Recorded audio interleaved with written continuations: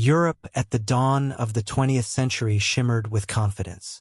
Grand boulevards in Paris and Vienna blazed with electric lights. Railways stitched nations together, and the rhythm of industrial progress seemed unstoppable.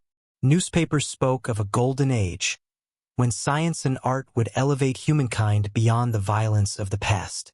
Yet beneath this glittering facade lay tensions so deep that a single spark could set the continent aflame. The great powers, Britain, France, Germany, Austria-Hungary, Russia, and a newly unified Italy, each nursed ambitions that reached far beyond their borders. Imperial possessions in Africa and Asia were more than trophies. They were symbols of national prestige and sources of vital raw materials. Britain ruled the seas and half the globe. France, though still haunted by defeat in the Franco-Prussian War, boasted colonies from Morocco to Indochina. Germany, the upstart empire forged in 1871, felt cheated of its rightful place and sought a spot in the sun. This scramble for colonies fostered rivalries that ordinary citizens felt in their bones. Children in London classrooms memorized maps colored red for the British Empire. German schoolboys learned songs celebrating their Kaiser's global destiny. Every treaty signed in a distant colonial office echoed back to Europe, tightening the competition for dominance and eroding trust among neighbors. Imperial tension was only one ingredient of the coming storm. Nationalism, an intoxicating belief that one's nation was exceptional and indivisible, surged through capitals and countryside alike.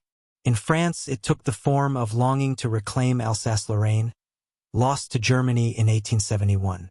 In Germany, it glorified military prowess and the divine mission of the Kaiserreich. Among Slavic peoples inside the sprawling Austro-Hungarian Empire, nationalism burned as a desire to break free altogether. Austria-Hungary was a patchwork of peoples. Germans, Hungarians, Czechs, Croats, Serbs, Poles, and more, bound together by imperial bureaucracy rather than shared identity. Its elderly emperor Franz Joseph ruled a state where multiple languages, religions, and ambitions collided daily. To many young Serbs and Croats, Vienna represented oppression rather than unity. The empire's very diversity became a constant source of instability. Russia, vast and autocratic, presented a different paradox. Tsar Nicholas II commanded millions of subjects and the largest army on earth, yet his government lagged behind Western Europe in industry and infrastructure. Defeat by Japan in 1905 had bruised Russian pride, while revolutionary rumblings at home hinted that the Tsar's grip was not as secure as it appeared. Still, Russia saw itself as the protector of all Slavic peoples, an identity that would draw it inexorably toward confrontation. Meanwhile, Britain, long committed to splendid isolation, watched the continental rivalries with growing unease. For centuries, the Royal Navy had guaranteed Britain's security, but Germany's rapid naval expansion at the turn of the century threatened that supremacy. The construction of massive dreadnought battleships by both nations ignited an arms race across the North Sea, a race measured not only in steel but in national pride. To guard against these uncertainties, Europe's powers wove a dense web of alliances. In 1882, Germany, Austria-Hungary, and Italy formed the Triple Alliance, pledging mutual defense. In response, France cultivated ties with Russia, then Britain, creating the Triple Entente.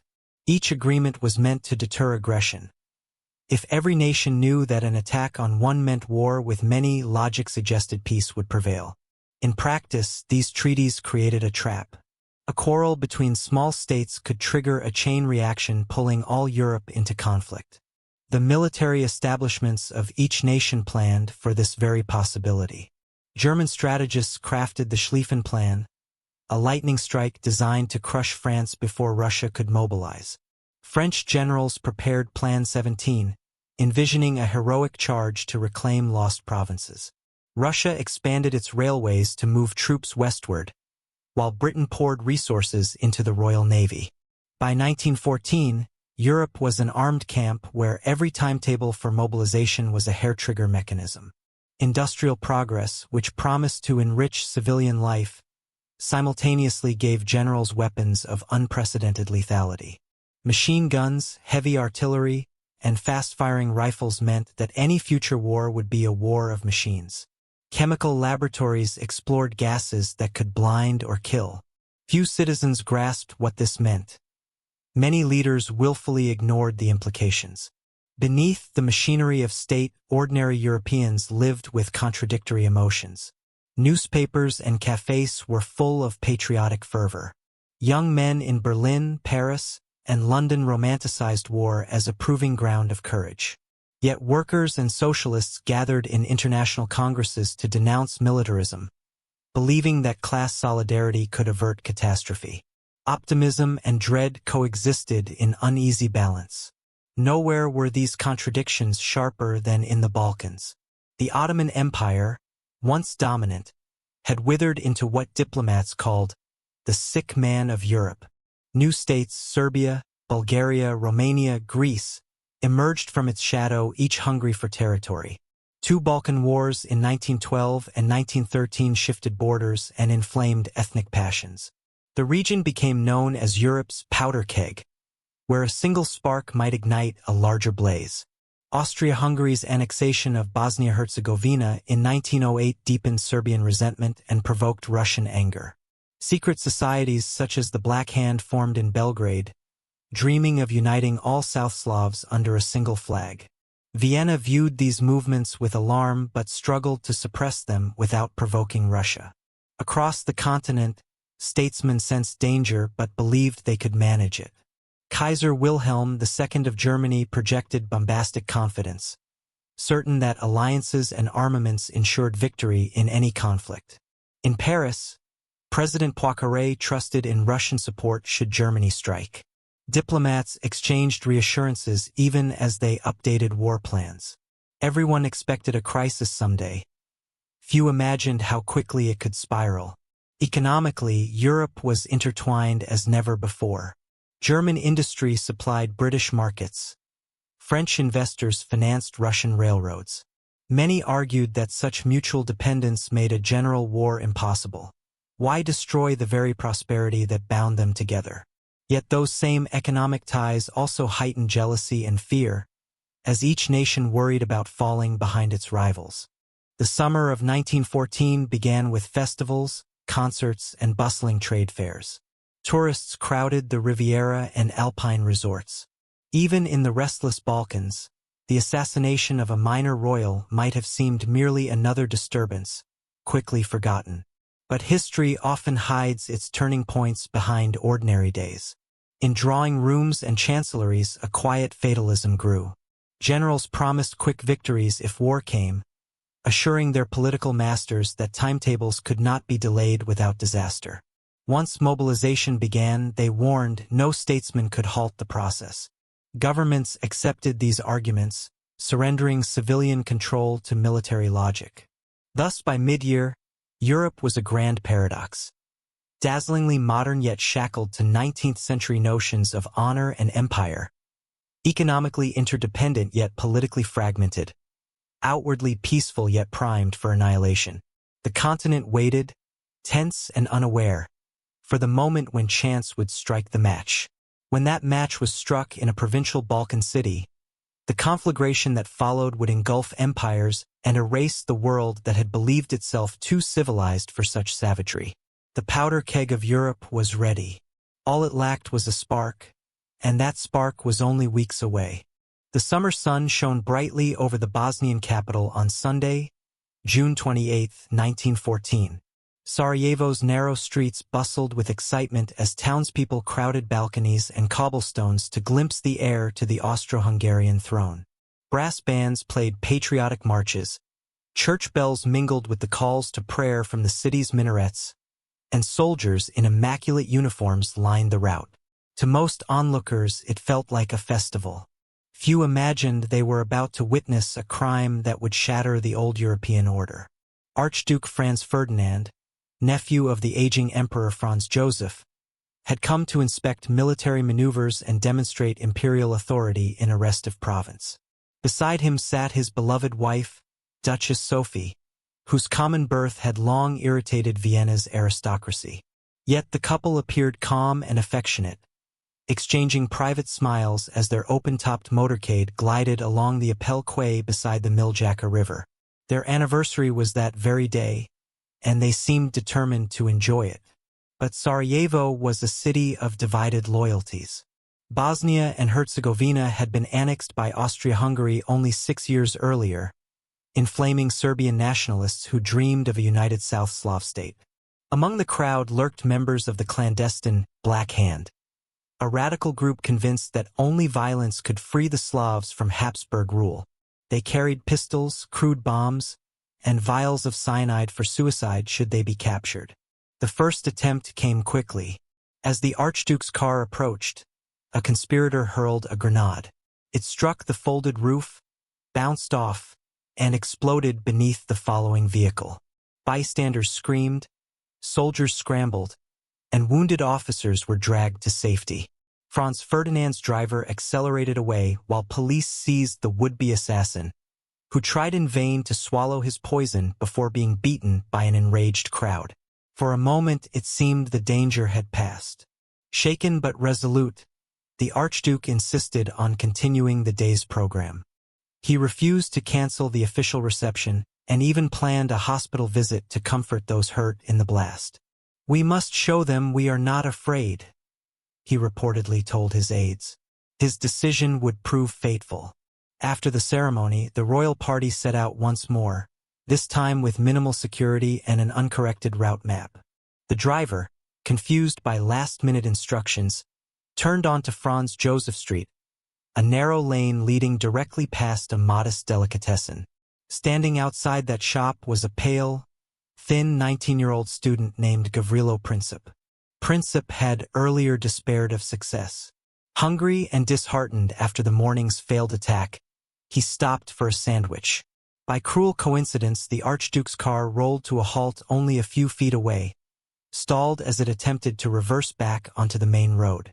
Seeing his chance, Princip stepped forward, raised his Browning pistol, and fired 2 shots. The first bullet struck Sophie in the abdomen. The second pierced Franz Ferdinand's neck, severing a major artery. The Duchess collapsed against her husband as he cried, "Sophie, Sophie, don't die. Stay alive for our children." Within minutes both were mortally wounded. Blood darkened the upholstery as the driver sped toward the governor's residence. But it was too late.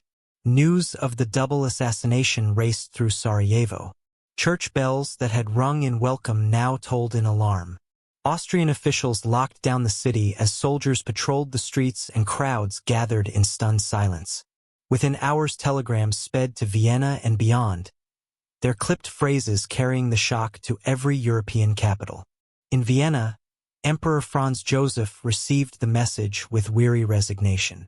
At 83, he had endured the deaths of his brother Maximilian and his only son, Crown Prince Rudolf. Now the heir presumptive was gone. The old monarch is said to have murmured that the Almighty will not be mocked. But his ministers were less stoic. They saw not merely tragedy but opportunity. To many in the Habsburg leadership, Serbia was the true culprit. The assassin was a Bosnian Serb, and evidence soon surfaced of connections to Serbian nationalist networks and shadowy figures within Belgrade's military intelligence. Though the Serbian government denied direct involvement, Austrian hawks argued that the time had come to crush their troublesome neighbor once and for all. Meanwhile in Belgrade, officials braced for the storm. Serbia's prime minister, Nikola Pašić, condemned the murder yet feared what it would unleash. He knew that Russian protection was Serbia's only shield against an enraged empire. Secretly, he warned allies that Vienna might use the outrage as a pretext for war. European newspapers erupted with speculation. In Paris and London, headlines mourned the Archduke but downplayed the global stakes. Political assassinations were not unusual. Italian kings, American presidents, and Russian tsars had fallen to bullets without igniting continent-wide wars. Most readers assumed this, too, would be a localized crisis. In Berlin, however, Kaiser Wilhelm II quickly grasped the strategic implications.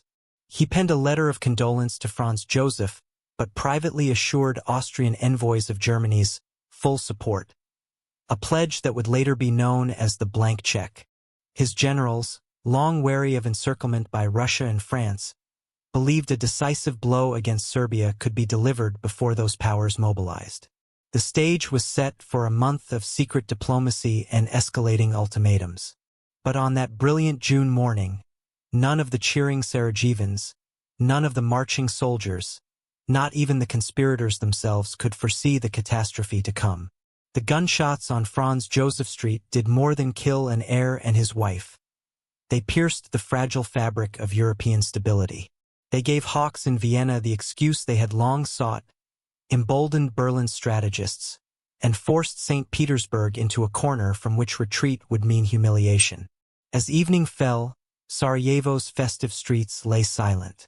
Candles flickered in windows where families whispered about the day's violence.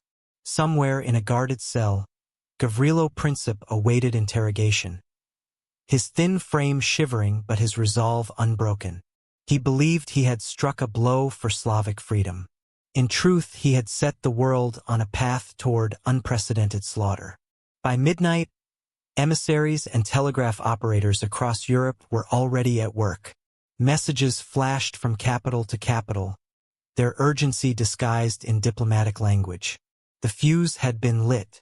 The next 31 days would determine whether those two bullets remained a regional tragedy or became the opening volley of a world war. Thus ended the day that changed history. Not with the roar of armies, but with the quiet scrape of a prison door and the hurried scratching of telegram pens. Europe slept uneasily, unaware that an entire era had just drawn its last breath.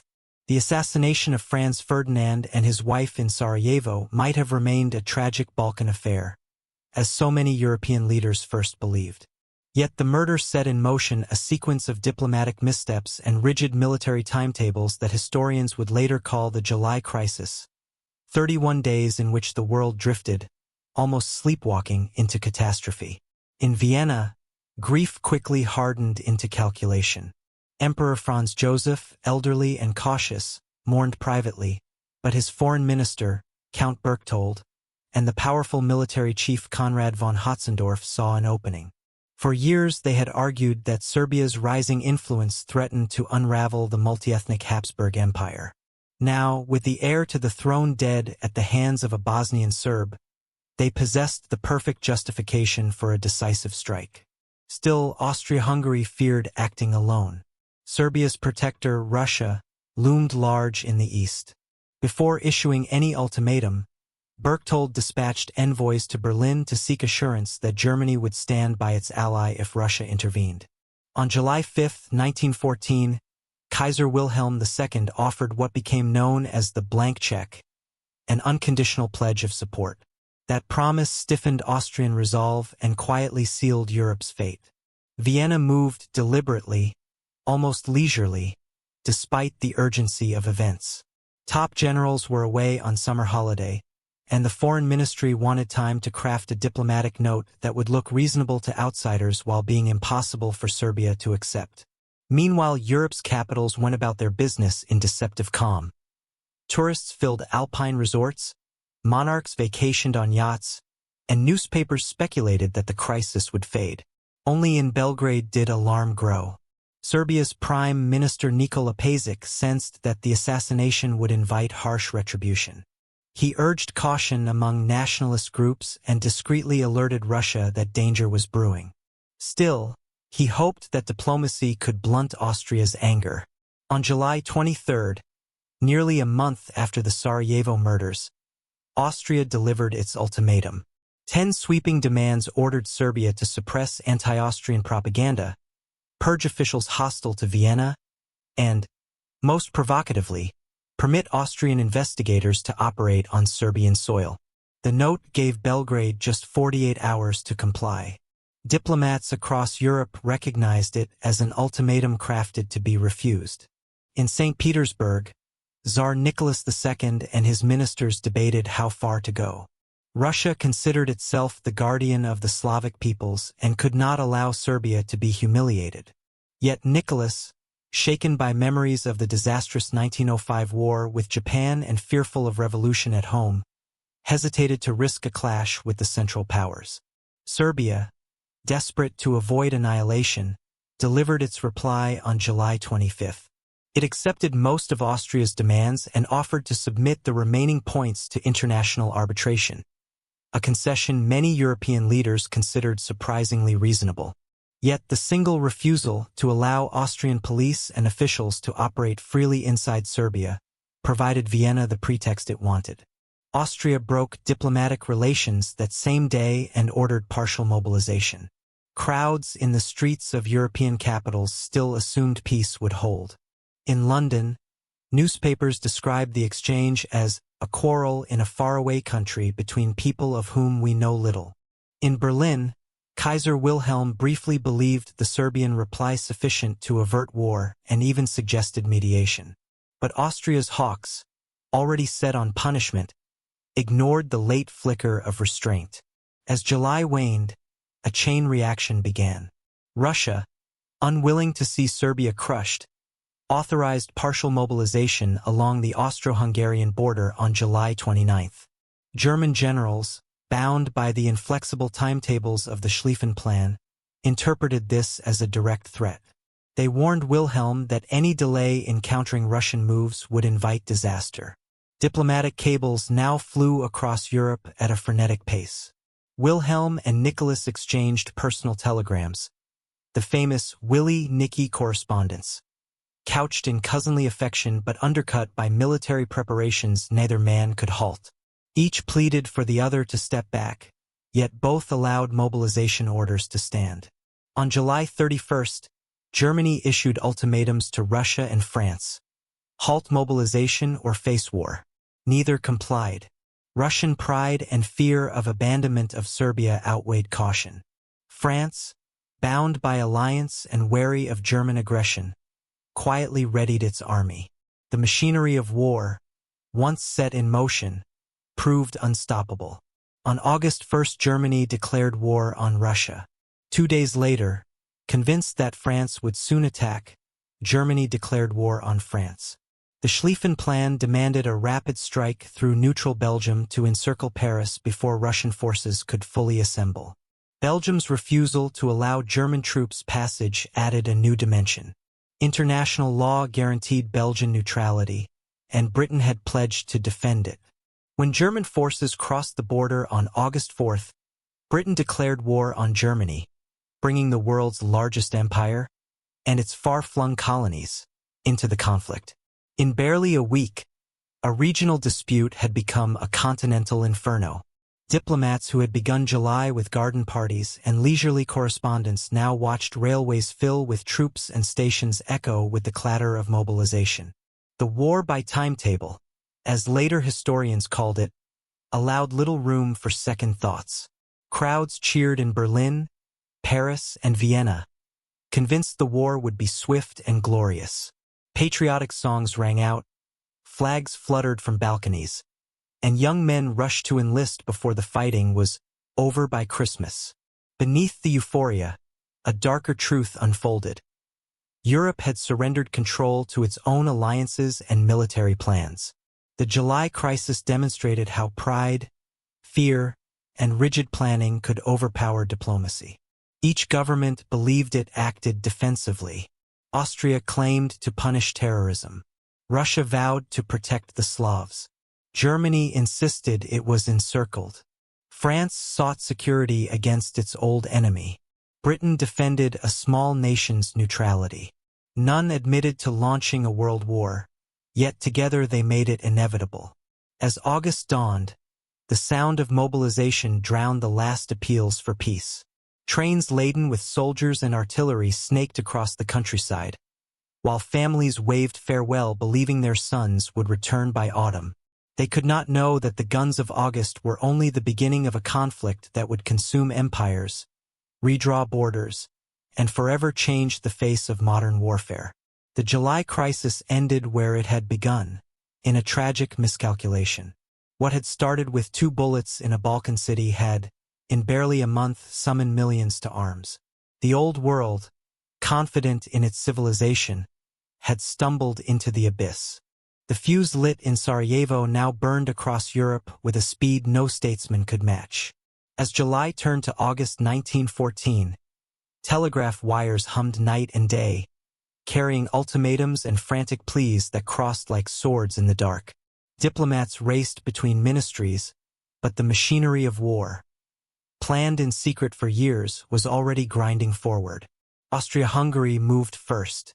On July 28, after deeming Serbia's carefully conciliatory reply insufficient, Vienna declared war.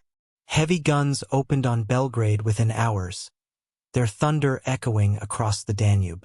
Austro-Hungarian leaders claimed they sought justice for Franz Ferdinand, but the bombardment signaled something larger. The Balkan quarrel had become a European crisis. Russia, self-appointed guardian of the Slavs, faced an agonizing choice. Tsar Nicholas II wavered, torn between family ties to Germany's Kaiser and the expectation of his generals and people. To abandon Serbia would be to forfeit Russian influence in the Balkans and invite humiliation. On July 29 he ordered partial mobilization, a move meant to deter Austria but interpreted in Berlin as a threat to Germany itself. Germany's military chiefs were already fixated on their two-front nightmare. The Schlieffen Plan, an elaborate timetable to crush France before turning east, depended on absolute speed. Any Russian mobilization was enough to set it in motion. Kaiser Wilhelm II telegraphed his cousin the Tsar in increasingly desperate, willy-nilly messages, urging a stand-down even as his own generals pressed him to act. By July 31, Germany issued blunt ultimatums. Russia must halt mobilization within 12 hours. France must pledge neutrality in any Russo-German conflict. Neither government could comply without surrendering honor and alliances. When no satisfactory replies arrived, the next steps were almost automatic. On August 1, Germany declared war on Russia. Bells rang in Berlin, and crowds surged through Unter den Linden, singing patriotic anthems. Soldiers received flowers and kisses from strangers.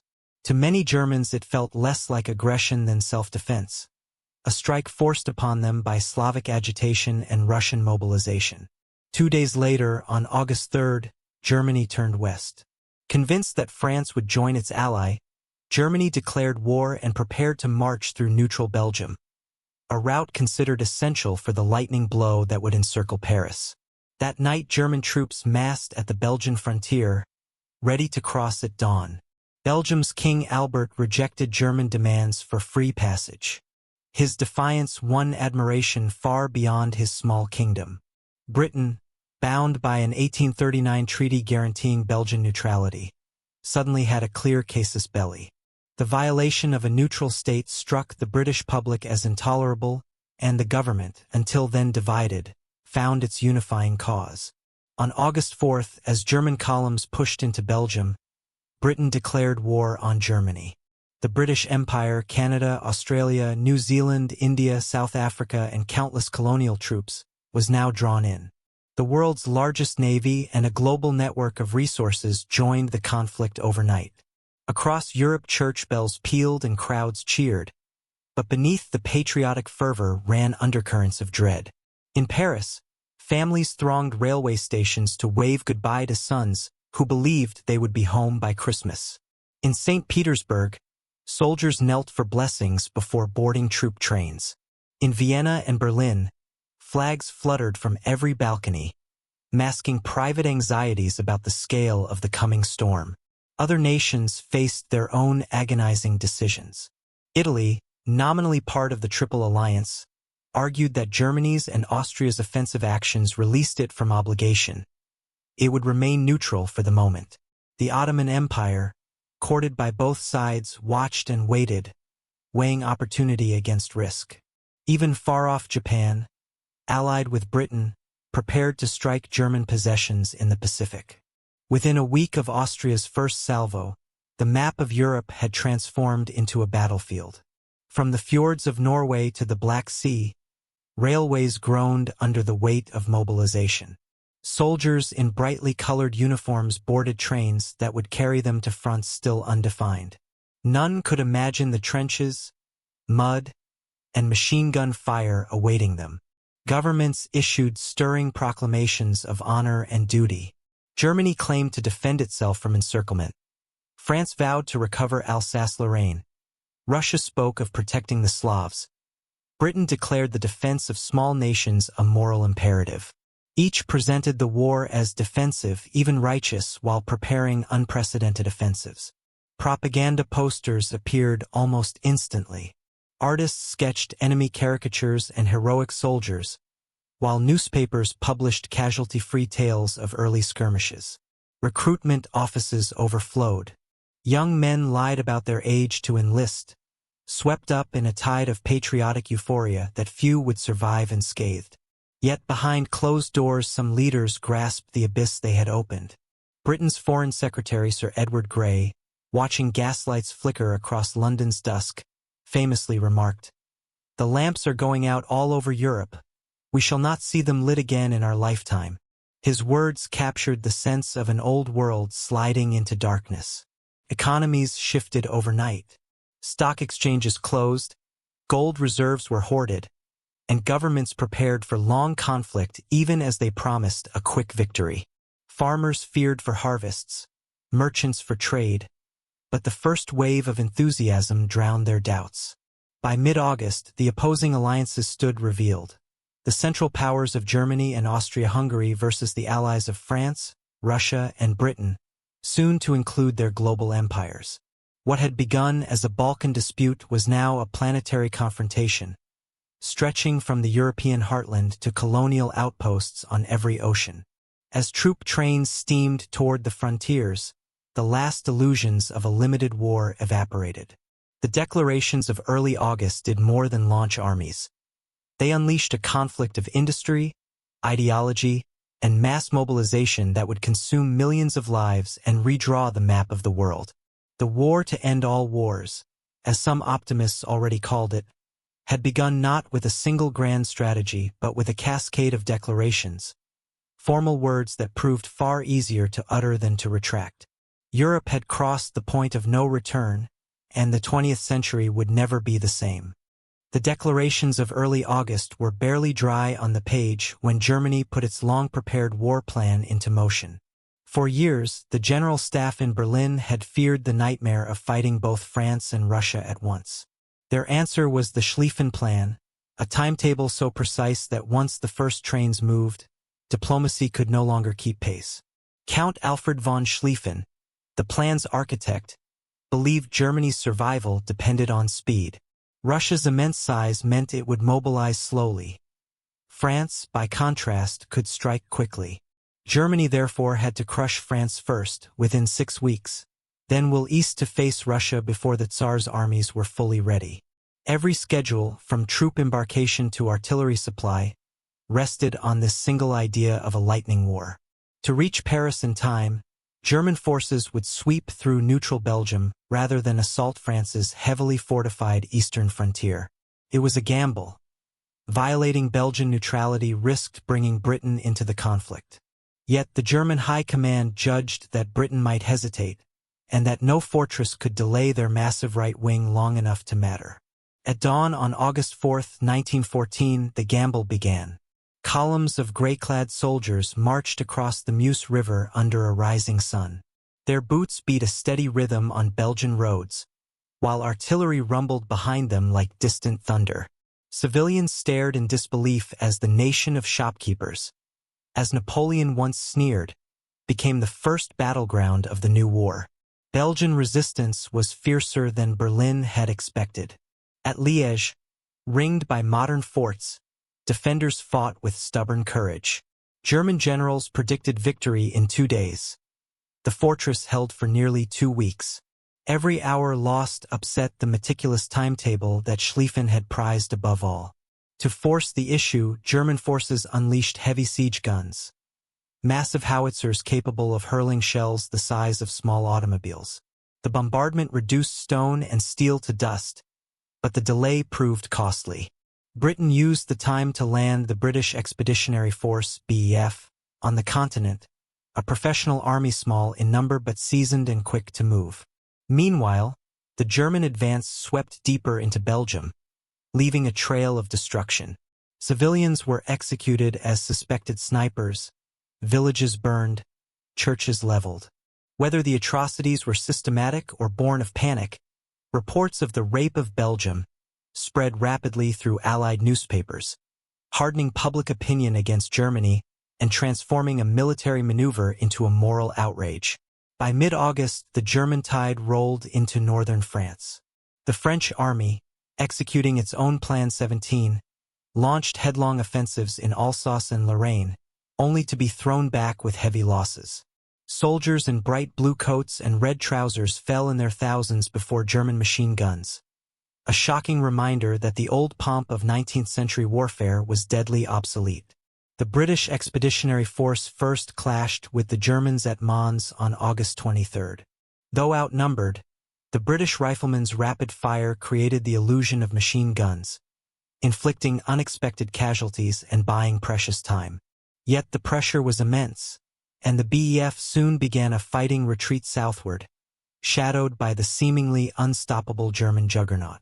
German commanders pushed their exhausted troops relentlessly. Supply lines stretched thin, horses collapsed from fatigue. Men marched until their feet bled. Still, the great right hook of the Schlieffen Plan swung toward Paris, aiming to encircle the city from the west and deliver the decisive blow. Within France, panic spread. Government ministries packed archives and prepared to evacuate. Refugees clogged the roads leading south. But amid the fear, a steely resolve emerged.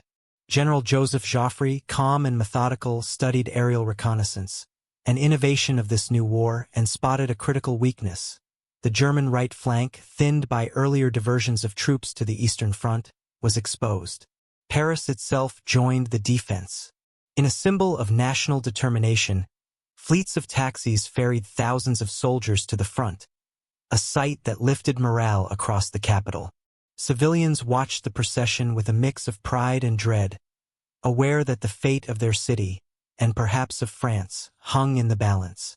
On September 6th, the Allies struck back along the Marne River. Over the next week, in fields and villages east of Paris, French and British forces halted the German advance. The carefully timed Schlieffen schedule unraveled. German units, exhausted and undersupplied, began a grudging retreat to a line north of the Aisne. The Battle of the Marne marked the first great turning point of the war. Paris was saved. The dream of a 6-week victory shattered. Instead of a swift knockout, Germany now faced exactly what it had sought to avoid: a prolonged, two-front struggle against foes growing stronger by the day. Both armies, seeking shelter from murderous fire, began to dig. What started as temporary trenches soon became an immense defensive system stretching from the North Sea to the Swiss frontier. The age of rapid movement gave way to an age of mud, wire, and attrition. For Germany, the failure of the Schlieffen Plan was more than a lost opportunity. It was a strategic disaster. The war would no longer be decided by a single campaign but by years of grinding endurance. For the Allies, the Marne was a rallying triumph, proof that the Central Powers could be stopped. The Schlieffen gamble had promised a quick, decisive war. Instead, it opened the door to a conflict of unprecedented scale, where technology and industrial might would matter more than brilliant maneuvers. The men who marched through Belgium believing they would be home by harvest would now spend years in the trenches. Thus, the first great movement of the Great War ended, not with the thunder of victory but with the slow scrape of shovels. Europe's armies dug in for a struggle neither side had truly imagined, one that would define the century and stain its soil with the lives of millions. The first week of September 1914 found France on the brink of collapse. German armies had poured through Belgium, smashed French border defenses, and were now within a day's march of Paris. Refugees clogged the road south, pushing carts piled high with bedding and frightened children. Government ministries evacuated to Bordeaux. For many, it seemed only a matter of hours before the German Kaiser would triumphantly enter the French capital. Yet amid the panic, a stubborn resolve flickered. General Joseph Joffre, commander-in-chief of the French army, remained calm. Stocky and unflappable, He studied maps late into the night, convinced the overstretched German right wing had exposed itself. If the Allies could strike at just the right moment, the invaders might yet be repelled. Across the Channel, the small but seasoned British expeditionary force had been retreating in good order since its bloody baptism at Mons. Exhausted yet disciplined, these professional soldiers were ready to fight again. Joffre coordinated with their commander, Sir John French, urging a combined counteroffensive. Reluctant at first, the British general finally agreed. German high command, meanwhile, believed victory was within grasp. General Alexander von Kluck, commanding the First Army on the crucial right flank, had swung southeast of Paris to envelop the French from behind. But in doing so, he left a dangerous gap between his forces and the neighboring Second Army under Karl von Bülow. The Schlieffen timetable, once so precise, was beginning to fray. Paris itself became an armed camp. Military Governor Joseph Gallieni organized last-minute defenses and famously requisitioned hundreds of taxicabs to ferry troops to the front, an act that captured the public imagination and symbolized the city's will to resist. At dusk on September 6th, the taxis of the Marne rattled eastward, headlights dimmed, carrying young soldiers toward destiny. The battle opened along a 150-kilometer front. French and British units surged forward, striking hard at Kluck's exposed flank. Fields of ripening grain became killing grounds as artillery thundered and machine guns clattered. Smoke drifted over the Marne River while cavalry patrols clashed in hedgerows and villages. German troops, hardened by weeks of relentless marching, fought fiercely. But their supply lines were stretched thin, and exhaustion gnawed at them. Horses collapsed, men marched on blistered feet, and ammunition wagons lagged miles behind. The lightning war envisioned in Berlin had slowed to a grinding contest of endurance. For 5 brutal days the struggle seesawed. At times the French line wavered, only to stiffen again under Joffre's personal exhortations. British rifle fire proved deadly accurate, cutting down advancing Germans with almost mechanical precision. Aerial reconnaissance, still a novelty of modern warfare, allowed the Allies to spot movements and exploit weaknesses in real time. On September 9th, the decisive moment came. French forces of the Sixth Army punched deep into the exposed German flank, threatening to encircle the First Army altogether. Von Kluck ordered a retreat to avoid disaster, and Bülow soon followed suit. The long German advance that had begun with such confidence now faltered, mile by mile. Rain fell as the German armies pulled back toward the Aisne River, digging temporary positions to cover their withdrawal. The dream of a 6-week victory was gone. Paris was saved, and with it the morale of the Allied nations. Church bells pealed across the French countryside, while British newspapers proclaimed that the miracle of the Marne had turned the tide. Strategically, the outcome was profound. Germany had gambled everything on a rapid knockout of France. The failure at the Marne meant that the war would not be swift. The Kaiser's forces now faced exactly the nightmare they had sought to avoid: a long two-front struggle against both France and a rapidly mobilizing Russia. For the soldiers who fought there, the battle was seared into memory less as a single dramatic clash than as endless days of mud, smoke, and fatigue. Survivors spoke of the eerie silence that followed the thunder of artillery, of comrades lost in moments, of the strange unreality of victory bought at such cost. Both sides now sought to outflank each other in a desperate race to the sea, pushing northward toward the Channel in hopes of breaking the stalemate. Each maneuver failed. From the Swiss border to the North Sea, trenches began to appear, at first shallow scrapes, then deeper, timber-lined fortifications that would soon define the Western Front. The Marne also signaled the end of 19th-century illusions.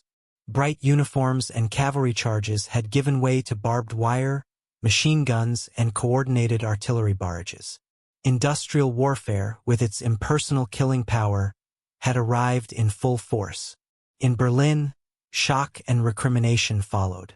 Chief of Staff Helmuth von Moltke, overwhelmed by the reversal, reportedly suffered a nervous breakdown and was soon replaced. German generals debated who was to blame: logistics, weakened flanks, Belgian resistance. But the larger truth was unavoidable. The Schlieffen Plan itself had been fatally optimistic. For the Allies, the victory was both relief and warning. France had been saved, but at staggering cost in lives and material.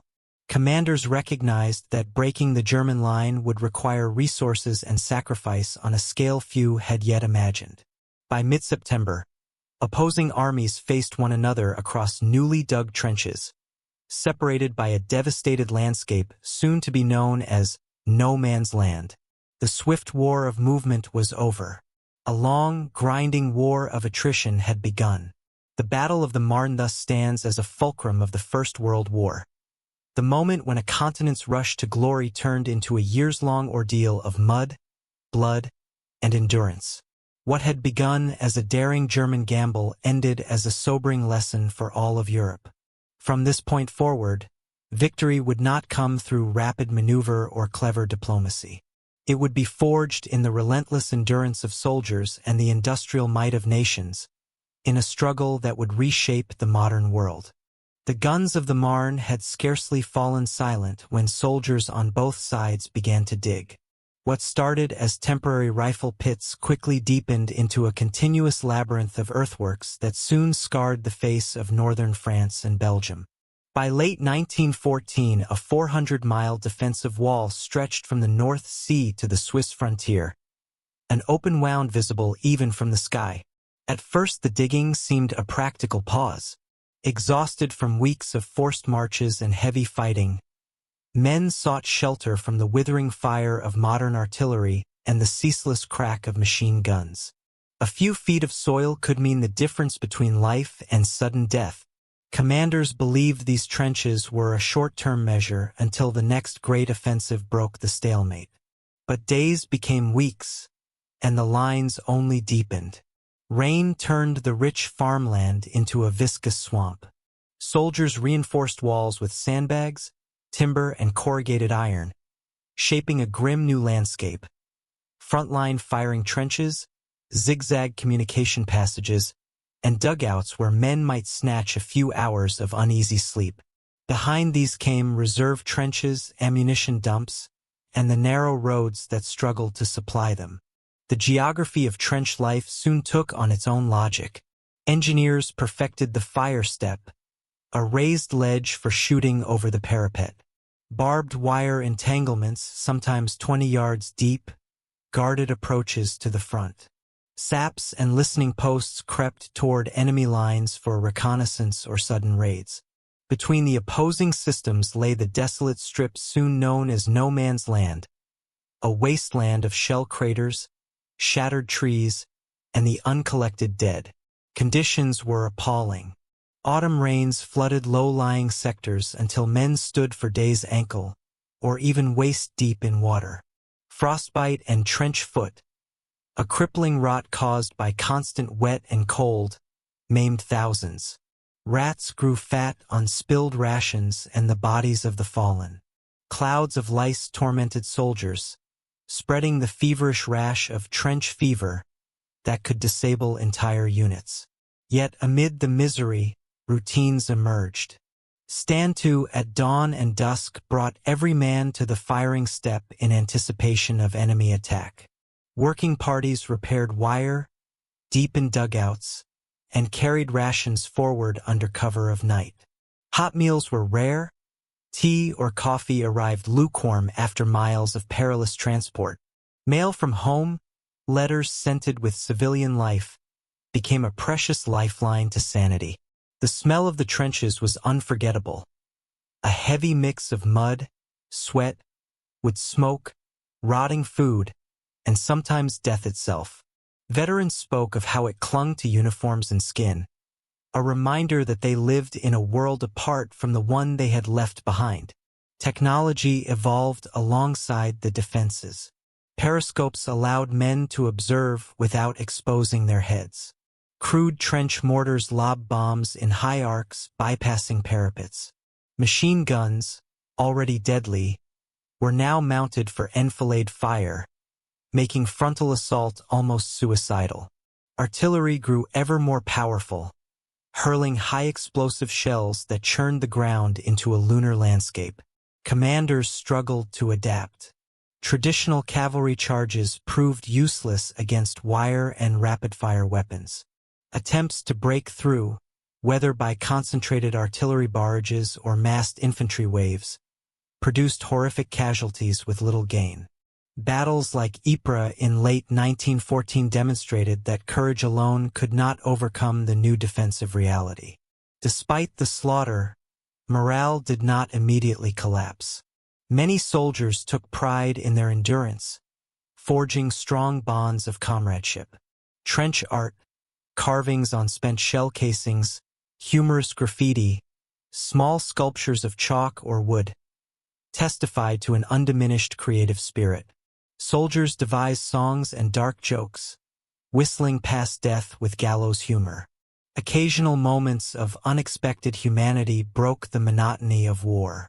During the first Christmas in the trenches, pockets of British and German troops spontaneously declared truces, exchanged gifts, and even played impromptu football matches in no man's land. These fleeting encounters revealed how little hatred many ordinary soldiers felt for the men across the wire. But such interludes could not mask the grinding attrition. Each side fortified its positions, adding deeper dugouts, concrete machine gun nests, and complex trench patterns designed to absorb artillery fire. Aerial reconnaissance photographed every bend and communication trench, guiding ever more accurate bombardments. The Western Front had settled into a lethal equilibrium. Strategists searched for solutions. French planners experimented with rolling barrages. The British explored new technologies like the armored landship, a concept that would evolve into the tank. Germany refined poison gas, soon to bring a new terror to the battlefield. All sought a way to break the deadlock, but in 1914 none had yet succeeded. For civilians in the occupied zones of Belgium and northern France, life became a daily negotiation with occupying armies. Towns were requisitioned for billets, harvests seized, and hostages taken against acts of resistance.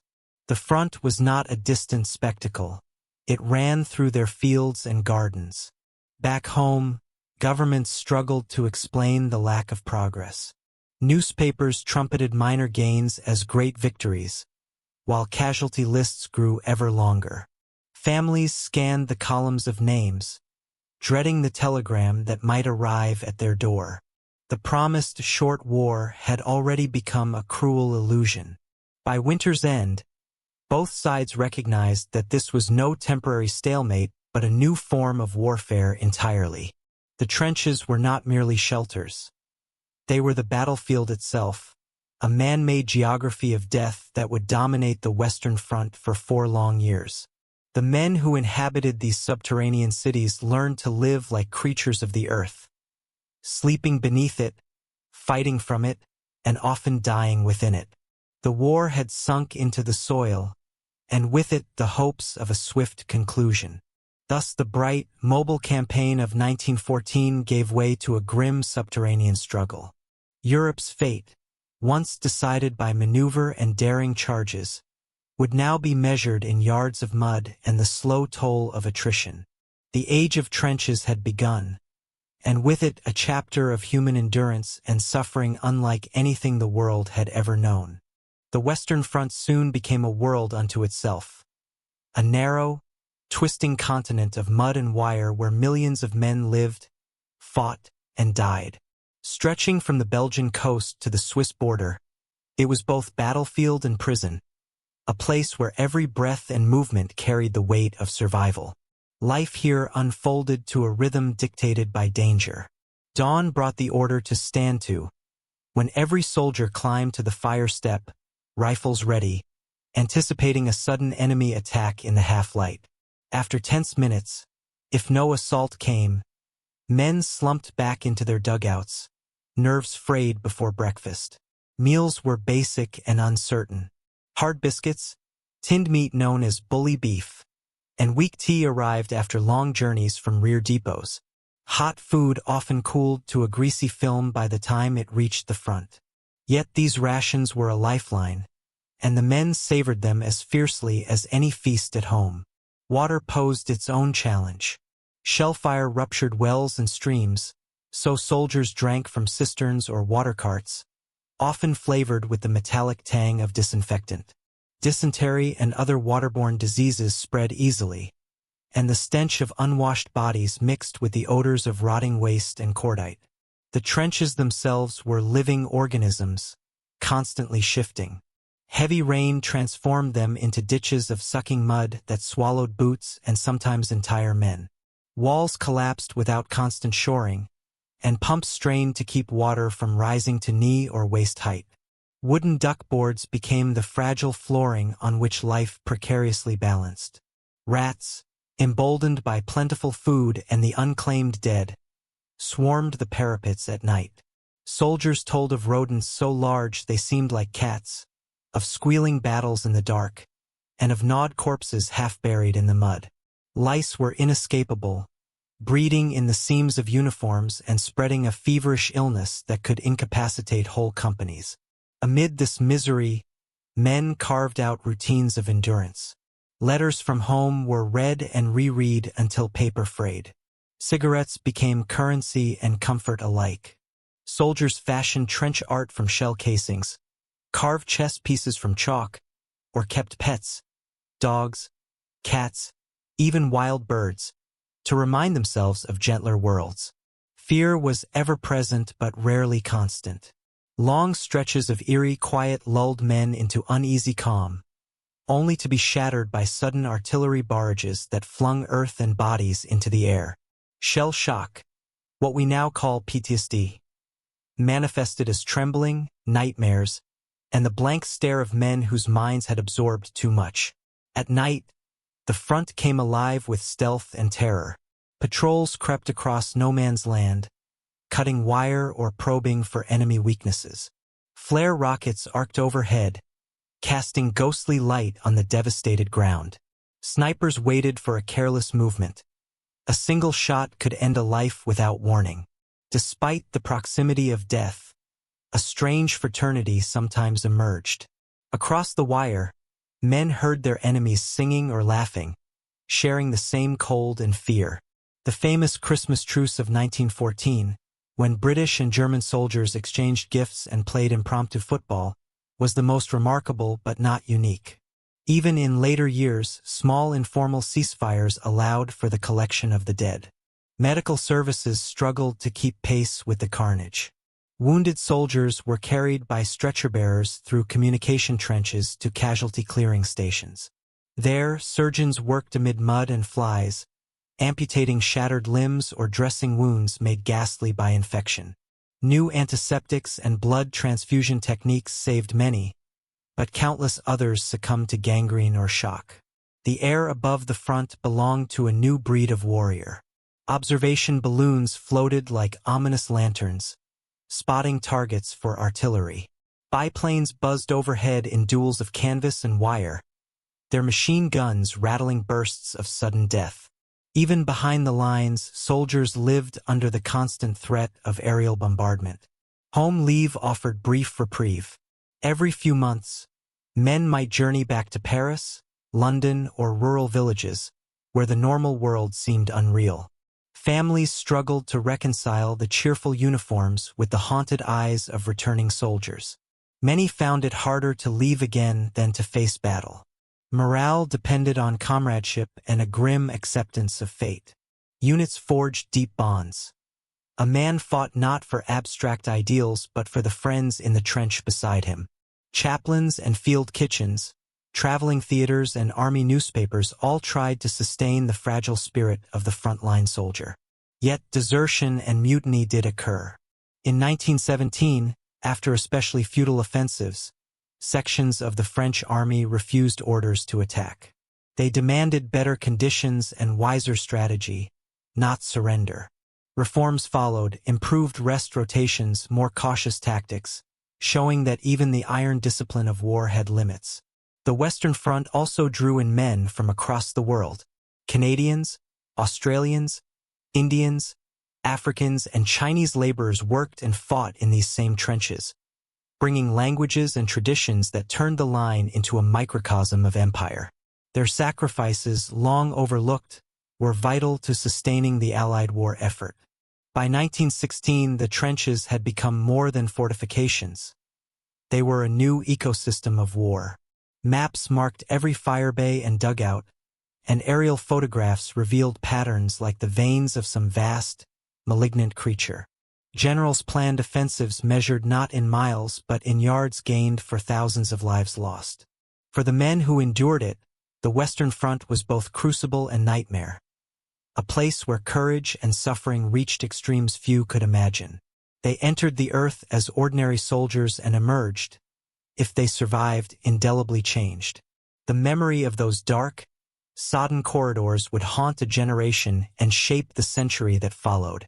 Thus, daily existence on the Western Front was a paradox of monotony and sudden terror, of camaraderie and unspeakable horror.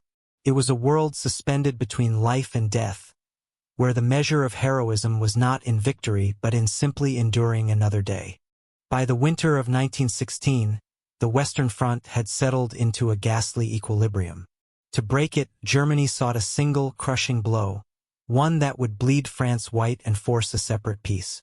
The chosen target was Verdun, an ancient fortress city on the Meuse River, whose very name stirred French pride. Its loss, German planners believed, would be both a military and psychological catastrophe for France. The architect of this strategy was Chief of Staff Erich von Falkenhayn. He did not intend merely to seize Verdun. Instead, he meant to create a bleeding battle, drawing the French army into a defense it could not abandon. "We will bleed France to death," he wrote, confident that attrition would destroy French morale. Verdun's ring of forts, such as Douaumont and Vaux, made it a natural fortress. But years of shifting priorities had left its defenses partly neglected. When the German bombardment began on February 21, 1916, it was the largest the world had yet seen. Over 1 million shells rained down in the first hours, turning woods and villages into a blackened wasteland visible from miles away. French soldiers, huddled in their trenches, described the earth heaving like a stormy sea. Trees vanished in splinters, and entire units disappeared under the weight of high-explosive shells. Survivors stumbled through smoke and mud, ears ringing, faces coated with white dust from pulverized limestone.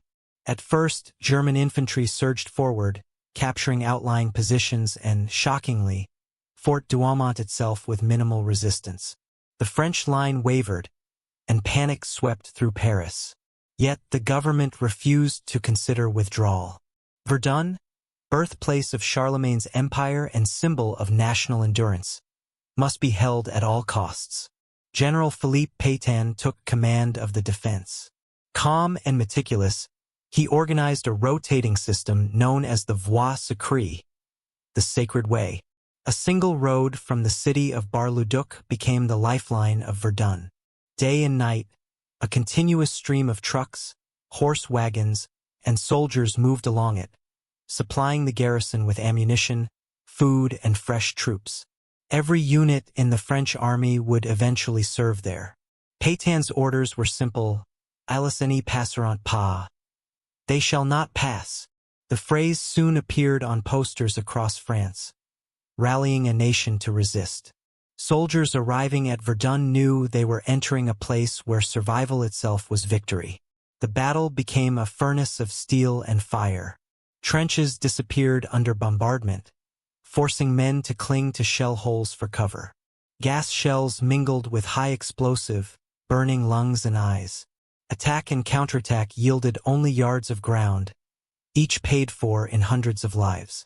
Mud was everywhere, thick, sucking, and red with blood.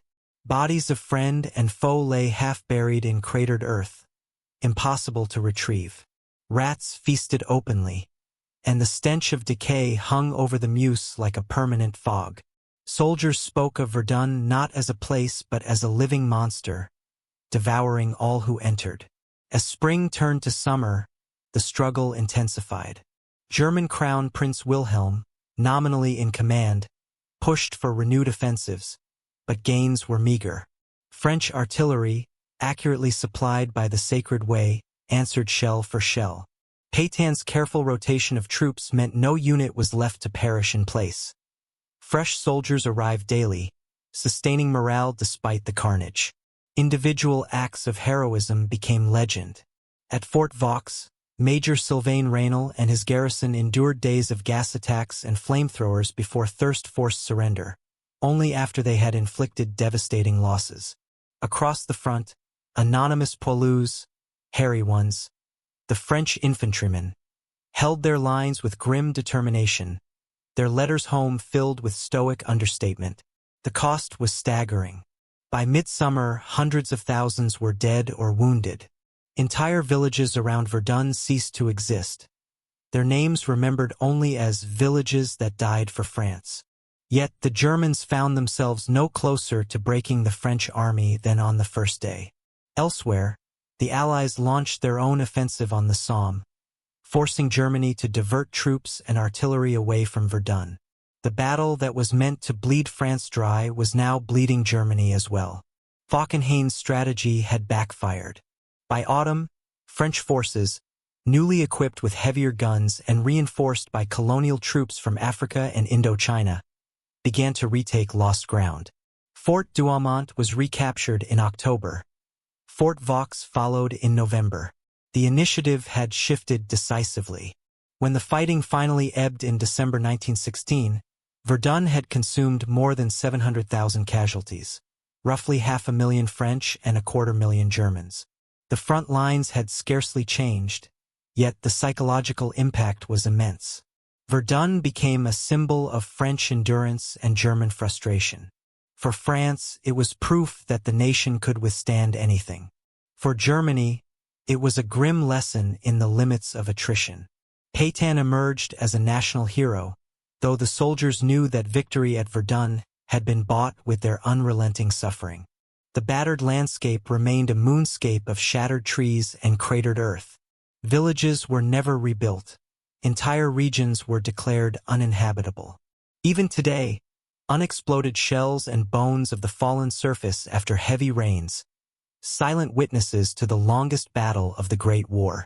Verdun's legacy was more than military. It encapsulated the new reality of industrial war, where courage and sacrifice could hold a line, but where neither side could truly win. Ils ne passeront pas became not just a slogan but a testament to human endurance in the face of mechanized slaughter. Thus Verdun stands as the dark heart of World War I, a place where nations measured victory in lives spent rather than ground gained, and where the spirit of a people proved as unyielding as the ancient stones of the Meuse. By mid-1916, the Allies needed a decisive break. Verdun still raged, bleeding France and Germany alike, and Russia clamored for relief from relentless pressure on the Eastern Front. To ease the strain, British and French planners agreed to launch a massive offensive along the River Somme in northern France. A strike meant to shatter the German lines and hasten victory. What followed became a byword for industrial slaughter and the grim futility of modern war. Preparations began months in advance. British commander Sir Douglas Haig massed a new army, many of them volunteers from Lord Kitchener's famous recruitment drive. Young men from London offices, Scottish farms, and northern coal towns trained side by side, proud to serve in the PALS battalions that kept friends and neighbors together. They carried with them a naive belief that this big push would end the war. The plan relied on overwhelming firepower. Allied gunners stockpiled more than 1 million shells, promising to obliterate German defenses before a single infantryman advanced. For 7 days beginning June 24, 1916, the earth shook as an unprecedented bombardment hammered the enemy front. Observers believed nothing could survive the storm of steel. Soldiers in the trenches prepared to walk, literally walk, across no man's land behind the creeping barrage. But the Germans had learned the lessons of Verdun. Deep dugouts of reinforced concrete shielded their troops from the heaviest fire. When the Allied guns finally fell silent on the morning of July 1st, German machine gunners emerged, weapons ready, to greet the advancing waves. At 7:30 a.m. whistles blew. Tens of thousands of British soldiers clambered over the parapet into the thin dawn light. Many carried heavy packs and moved shoulder to shoulder, expecting little resistance. They were met instead by a storm of bullets. Machine gun fire ripped through the ranks with a ferocity no one had imagined. Entire units fell in minutes. Men who had grown up on the same street died side by side. By nightfall, the British Army had suffered nearly 60,000 casualties, more than 19,000 of them dead, making July 1st, 1916 the bloodiest single day in British military history. Gains were measured in mere yards. Yet the offensive did not stop. Haig and his French counterparts remained convinced that relentless pressure would eventually crack the German line. Week after week, the struggle continued. Rain turned the churned fields into a sucking morass. Shellfire obliterated landmarks, leaving soldiers to fight for nameless patches of mud. The roar of artillery was constant, a low, unending thunder that deafened men and rattled bones.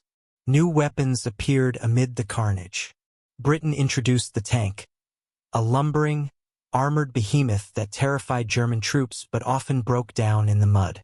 Airplanes multiplied overhead, dueling for control of the skies and photographing every crater below. Poison gas drifted across the battlefield, a silent killer searing lungs and eyes. The Somme became a grinding contest of endurance. Villages such as Thiepval, Mametz, and Pozières were captured, lost, and retaken at staggering cost. Soldiers lived among the dead, their senses dulled by fatigue and fear. Letters home spoke of landscapes so shattered they seemed part of another planet. Despite the horrific losses, small gains accumulated. By September, coordinated attacks with creeping barrages and limited objectives began to show results. Canadian, Australian, and New Zealand divisions fought with fierce determination, earning reputations for tenacity in battles like Courcelette and Flers. French forces to the south advanced more steadily, aided by lessons learned at Verdun. Their success highlighted the growing coordination of Allied armies and the evolving art of combined arms, infantry, artillery, and air power working together. Yet the cost was staggering. By the time the offensive finally ground to a halt in November 1916, Allied forces had advanced barely 6 miles. British casualties exceeded 420,000, the French another 200,000, and German losses approached 450,000. The Somme's rolling farmland was reduced to a lifeless wasteland of flooded craters and shattered trees. For the soldiers who endured it, the Somme was less a single battle than an endless ordeal. Survivors spoke of mud so deep it swallowed men whole, of nights lit by the lurid flash of artillery, of comrades lost without a trace. Courage was measured not in dramatic charges but in the simple act of returning to the line day after day. Strategically, the Somme achieved mixed results. It relieved pressure on Verdun and forced Germany to commit reserves it could ill afford. The heavy losses also weakened the German army, setting the stage for later Allied offensives. But the promised breakthrough never came, and the scale of slaughter shocked even hardened veterans. Back in Britain, the first day's losses filtered slowly into public consciousness. Towns where entire PALS battalions had enlisted together awoke to casualty lists that read like census rolls. Grief mingled with grim resolve. Recruitment did not collapse, but illusions of quick victory died forever. The Somme exposed the brutal mathematics of industrial war. Artillery, machine guns, and trenches favored defense, and even the bravest assault meant appalling sacrifice for meager ground. Generals learned, painfully, that attrition, not maneuver, would decide the conflict. When the guns finally fell silent in November, winter winds swept across a landscape of ruin. Nothing remained of the fertile fields or quaint villages. Shell holes filled with stagnant water, and the bones of the fallen lay beneath a churned ocean of mud. The Battle of the Somme became a symbol of both endurance and futility, a place where entire nations bled for inches. It showed that the Great War had become not a series of bold campaigns but a relentless meat grinder, consuming lives on a scale the world had never known. For the men who survived, the memory of the Somme would never fade. The endless roar of artillery, the blinding flashes on the horizon, and the knowledge that courage alone could not conquer the machine age of war. It was the grim lesson of Verdun repeated on an even vaster stage, proving that the road to victory would be measured in years and in unimaginable sacrifice. While the Western Front sank into mud and stalemate, the war in the East unfolded across vast spaces and shifting front lines. From the Baltic to the Black Sea, armies maneuvered across landscapes so immense that a single offensive could stretch hundreds of miles. Here, cavalry still thundered across open plains, and entire towns changed hands overnight. It was a different war, faster, more fluid, but no less brutal. At the outset of conflict in 1914, Russia sought to relieve pressure on France by striking quickly at Germany's eastern provinces. Two massive Russian armies poured into East Prussia, expecting an easy victory against what they believed to be thin German defenses. But they underestimated the skill of generals Paul von Hindenburg and Erich Ludendorff, who orchestrated a brilliant counterstroke at Tannenberg. In late August, German forces encircled and annihilated the Russian Second Army, capturing over 90,000 prisoners. The defeat shocked Russia and thrilled Germany, establishing Hindenburg and Ludendorff as national heroes. Yet despite this dramatic success, the Eastern Front refused to settle into a permanent stalemate. The sheer breadth of territory made trench systems impractical. Instead, armies swept back and forth, seeking to exploit openings in the enemy line. Southward, in Galicia, Russian forces fared better. They battered the Austro-Hungarian armies, capturing Lemberg, now Lviv, and pushing deep into the Carpathian foothills. Vienna reeled under the blows, and the Habsburg monarchy faced the real possibility of collapse. Only German reinforcements stabilized the front, beginning a pattern of dependence that would tie Austria-Hungary ever more tightly to its powerful ally. Winter brought misery. Soldiers endured temperatures plunging far below freezing, with supply lines stretched across endless forests and marshes. Frostbite, typhus, and starvation claimed as many lives as enemy bullets. Yet, unlike in France, mobility returned with the seasons. Spring thaws turned roads into rivers of mud, then dried to hard earth on which armies could once again maneuver. By 1915, the Central Powers planned a grand offensive to drive Russia from the war. The Gorlice-Tarnow offensive, spearheaded by German heavy artillery and Austrian troops, smashed through Russian defenses. Entire provinces, Poland, Lithuania, parts of Ukraine, fell in a sweeping advance. Refugees flooded eastward, clogging railways with scenes of heartbreaking desperation. This so-called Great Retreat forced Tsar Nicholas II to assume personal command of his armies, a decision that would later prove politically disastrous. As millions of soldiers and civilians pulled back toward the Russian heartland, discipline frayed and discontent simmered. The seeds of revolution were quietly being sown in the ruts of retreating columns. The Eastern Front was not only a clash of empires but also a mosaic of ethnic tensions. Polish nationalists dreamed of independence. Baltic Germans feared Russian domination. Ukrainians and Belarusians found themselves caught between warring powers. Villages suffered reprisals from whichever army passed through last, their loyalties questioned, their crops seized. Farther south, the war spilled into the Balkans. Serbia, heroic in its early defense, faced renewed invasion in late 1915 when Germany and Austria-Hungary, reinforced by Bulgaria, launched a coordinated assault. Belgrade fell after savage fighting, and the remnants of the Serbian army undertook a harrowing winter retreat across the Albanian mountains to the Adriatic, a march of suffering that became legend in Allied memory. Meanwhile, in the Caucasus, Russian forces clashed with the Ottoman Empire in brutal high-altitude campaigns. Blizzards, avalanches, and disease killed thousands. It was here, amid the chaos of war and suspicion of Armenian support for Russia, that Ottoman authorities began the mass deportations and massacres now widely recognized as the Armenian Genocide, a shadowed atrocity that would haunt history long after the guns fell silent. Despite repeated offensives, Russia proved stubbornly resilient. The empire's immense manpower allowed it to raise new armies even after catastrophic losses. By 1916, under the capable leadership of General Alexei Brusilov, Russia launched a surprise attack in Galicia that shattered Austro-Hungarian lines. The Brusilov offensive captured vast territory and inflicted nearly 1 million casualties on the Central Powers, temporarily reviving Allied hopes. Yet success carried its own costs. Russian casualties were staggering, and logistical weaknesses, shortages of rifles, shells, and even boots, eroded the offensive's momentum. German reinforcements eventually stabilized the front, and the chance for a decisive victory slipped away. Behind the lines, civilian hardship deepened. Food shortages, inflation, and the strains of total war frayed the social fabric.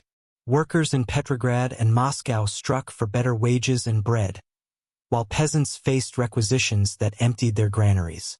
The credibility of the Tsarist regime waned with each passing month. Morale within the Russian army suffered as well.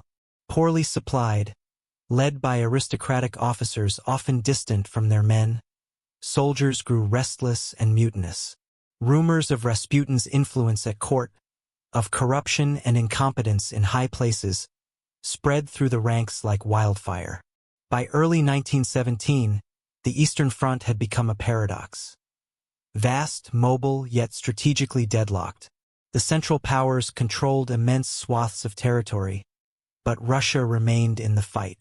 Both sides were exhausted, yet neither could deliver a knockout blow. It would be internal upheaval, not enemy guns, that finally decided Russia's fate.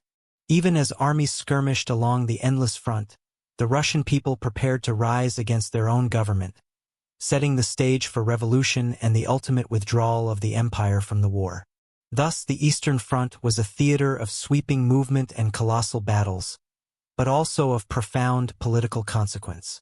Unlike the static misery of the West, it was a war of shifting lines and vast human migrations, a crucible in which empires cracked and new forces emerged to shape the century to come.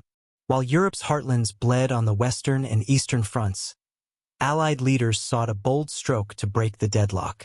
Winston Churchill, Britain's First Lord of the Admiralty, championed a plan to seize the Dardanelles Strait, the narrow waterway linking the Mediterranean to the Black Sea. Capturing it would knock the Ottoman Empire out of the war, reopen a supply route to beleaguered Russia, and perhaps shorten the entire conflict. It was a vision of grand strategy and tragic miscalculation. The Dardanelles were more than a strip of water. Guarded by steep cliffs and ancient fortresses, the strait formed a natural choke point. Beyond lay Constantinople, modern Istanbul, the Ottoman capital. Churchill argued that the Royal Navy's heavy guns could force passage, silence the coastal batteries, and compel surrender without the need for a massive land invasion. In February 1915, Allied warships began a naval assault. British and French dreadnoughts bombarded Ottoman forts while minesweepers crept forward. But the defenders, guided by the brilliant young commander Mustafa Kemal and supported by German advisors, fought with tenacity. Hidden minefields and mobile artillery turned the strait into a death trap. On March 18th, a concentrated attack ended in disaster. 3 Allied battleships sank within hours. Others were badly damaged, and the fleet withdrew in shock. Naval failure did not end the plan. Allied leaders now pivoted to a land campaign on the Gallipoli Peninsula, hoping to destroy the Ottoman batteries from behind. In April 1915, a multinational force of British, French, Australian, and New Zealand troops, soon to be immortalized as the Anzacs, stormed the rugged beaches. The landings met fierce resistance. The Ottomans, forewarned, occupied high ground overlooking the narrow beaches. As Allied troops waded ashore under machine gun fire, casualties mounted by the minute. At Anzac Cove, soldiers clawed for cover in steep gullies, their objectives already lost in smoke and confusion. What followed was a cruel mirror of the Western Front. The campaign bogged down into trench warfare amid blistering heat and swarms of flies. Water was scarce, dysentery rampant, and the stench of unburied dead hung over the ridges. Soldiers endured baking days and freezing nights, fighting for every rocky outcrop. For the Ottomans, Gallipoli became a rallying point of national pride. Mustafa Kemal, later Ataturk, founder of modern Turkey, emerged as a charismatic leader, inspiring his troops with the words, "I am not ordering you to fight, I am ordering you to die." His iron resolve and tactical skill repeatedly blunted Allied assaults. Repeated Allied offensives, from the heights of Achi Baba to the cliffs of Chunik Bair, achieved little beyond staggering losses. Naval gunfire and new landings at Suvla Bay in August briefly raised hopes but failed to break the stalemate. Terrain, disease, and Ottoman determination proved stronger than Allied firepower. Life for the soldiers was a torment of heat, thirst, and flies. Water had to be shipped in barrels under constant shelling. Men huddled in shallow trenches cut into unforgiving rock, plagued by lice and dysentery. The wounded often lay for days under the sun before stretcher-bearers could reach them. Despite hardships, camaraderie flourished. Anzac troops developed a distinctive identity, mixing irreverent humor with stubborn courage. Stories of improvised cricket matches and shared rations with Turkish sentries during temporary lulls entered legend, reflecting the peculiar mix of brutality and reluctant respect that characterized the campaign. By autumn, it was clear the invasion had failed. The Ottoman lines held firm, and disease sapped Allied strength. Political pressure mounted in London as casualty lists lengthened. Churchill, once the plan's greatest champion, faced growing criticism that would soon cost him his post. In December 1915, the Allies began a carefully staged evacuation, one of the few undisputed successes of the operation. Ingenious tricks, rifles rigged to fire by dripping water, dummy soldiers left in trenches, fooled the Ottomans into believing the positions were still occupied. By January 1916, the last troops had slipped away under cover of night. The Gallipoli campaign cost the Allies more than 250,000 casualties and achieved none of its strategic aims. For the Ottoman Empire, it was a rare and galvanizing victory, bolstering morale and proving that modern armies could resist the might of Britain and France. The consequences rippled far beyond the battlefield. In Australia and New Zealand, the heroism of the Anzacs forged a new sense of national identity, honored each year on Anzac Day. For Turkey, Gallipoli became a foundational myth, elevating Mustafa Kemal to national savior. For the Allies, the failure was sobering. Dreams of a quick knockout blow to the Ottoman Empire vanished. Russia remained isolated, its southern lifeline closed, and the Western Front remained mired in stalemate. Strategically, Gallipoli demonstrated the peril of underestimating geography and the determination of a defending army. It underscored the limits of naval power in the face of modern fortifications and hinted at the immense difficulty of amphibious warfare, a lesson that would echo into future conflicts. Yet even in defeat, the campaign left indelible marks on all who fought there. Veterans remembered the blinding sun on white cliffs, the acrid smell of cordite, and the haunting sound of waves breaking on blood-stained beaches. Gallipoli was a failure of strategy but a triumph of human endurance, forever etched in the shared memory of nations on both sides of the Dardanelles. Thus, the attempt to force the strait ended not with a triumphant fleet in Constantinople, but with quiet withdrawals and hard-won respect between foes. The Allies had gambled on a daring shortcut to victory. Instead, they found a bitter lesson in the unforgiving calculus of modern war. While soldiers clawed at mud-choked trenches in Europe, the oceans became an immense, shifting battlefield. Control of the seas meant control of supply lines, colonial lifelines, and the world's commerce. From the icy North Sea to the steaming South Pacific, the Great War at Sea unfolded as a silent contest of endurance and innovation. At the heart of the struggle stood Britain's Royal Navy, the largest and most experienced fleet on Earth. Its mission was clear: maintain a blockade that would strangle the Central Powers economy and keep Britain's own vital trade routes open. Across the North Sea waited the German High Seas Fleet, newer and smaller but bristling with powerful dreadnoughts and commanded by officers eager to challenge British supremacy.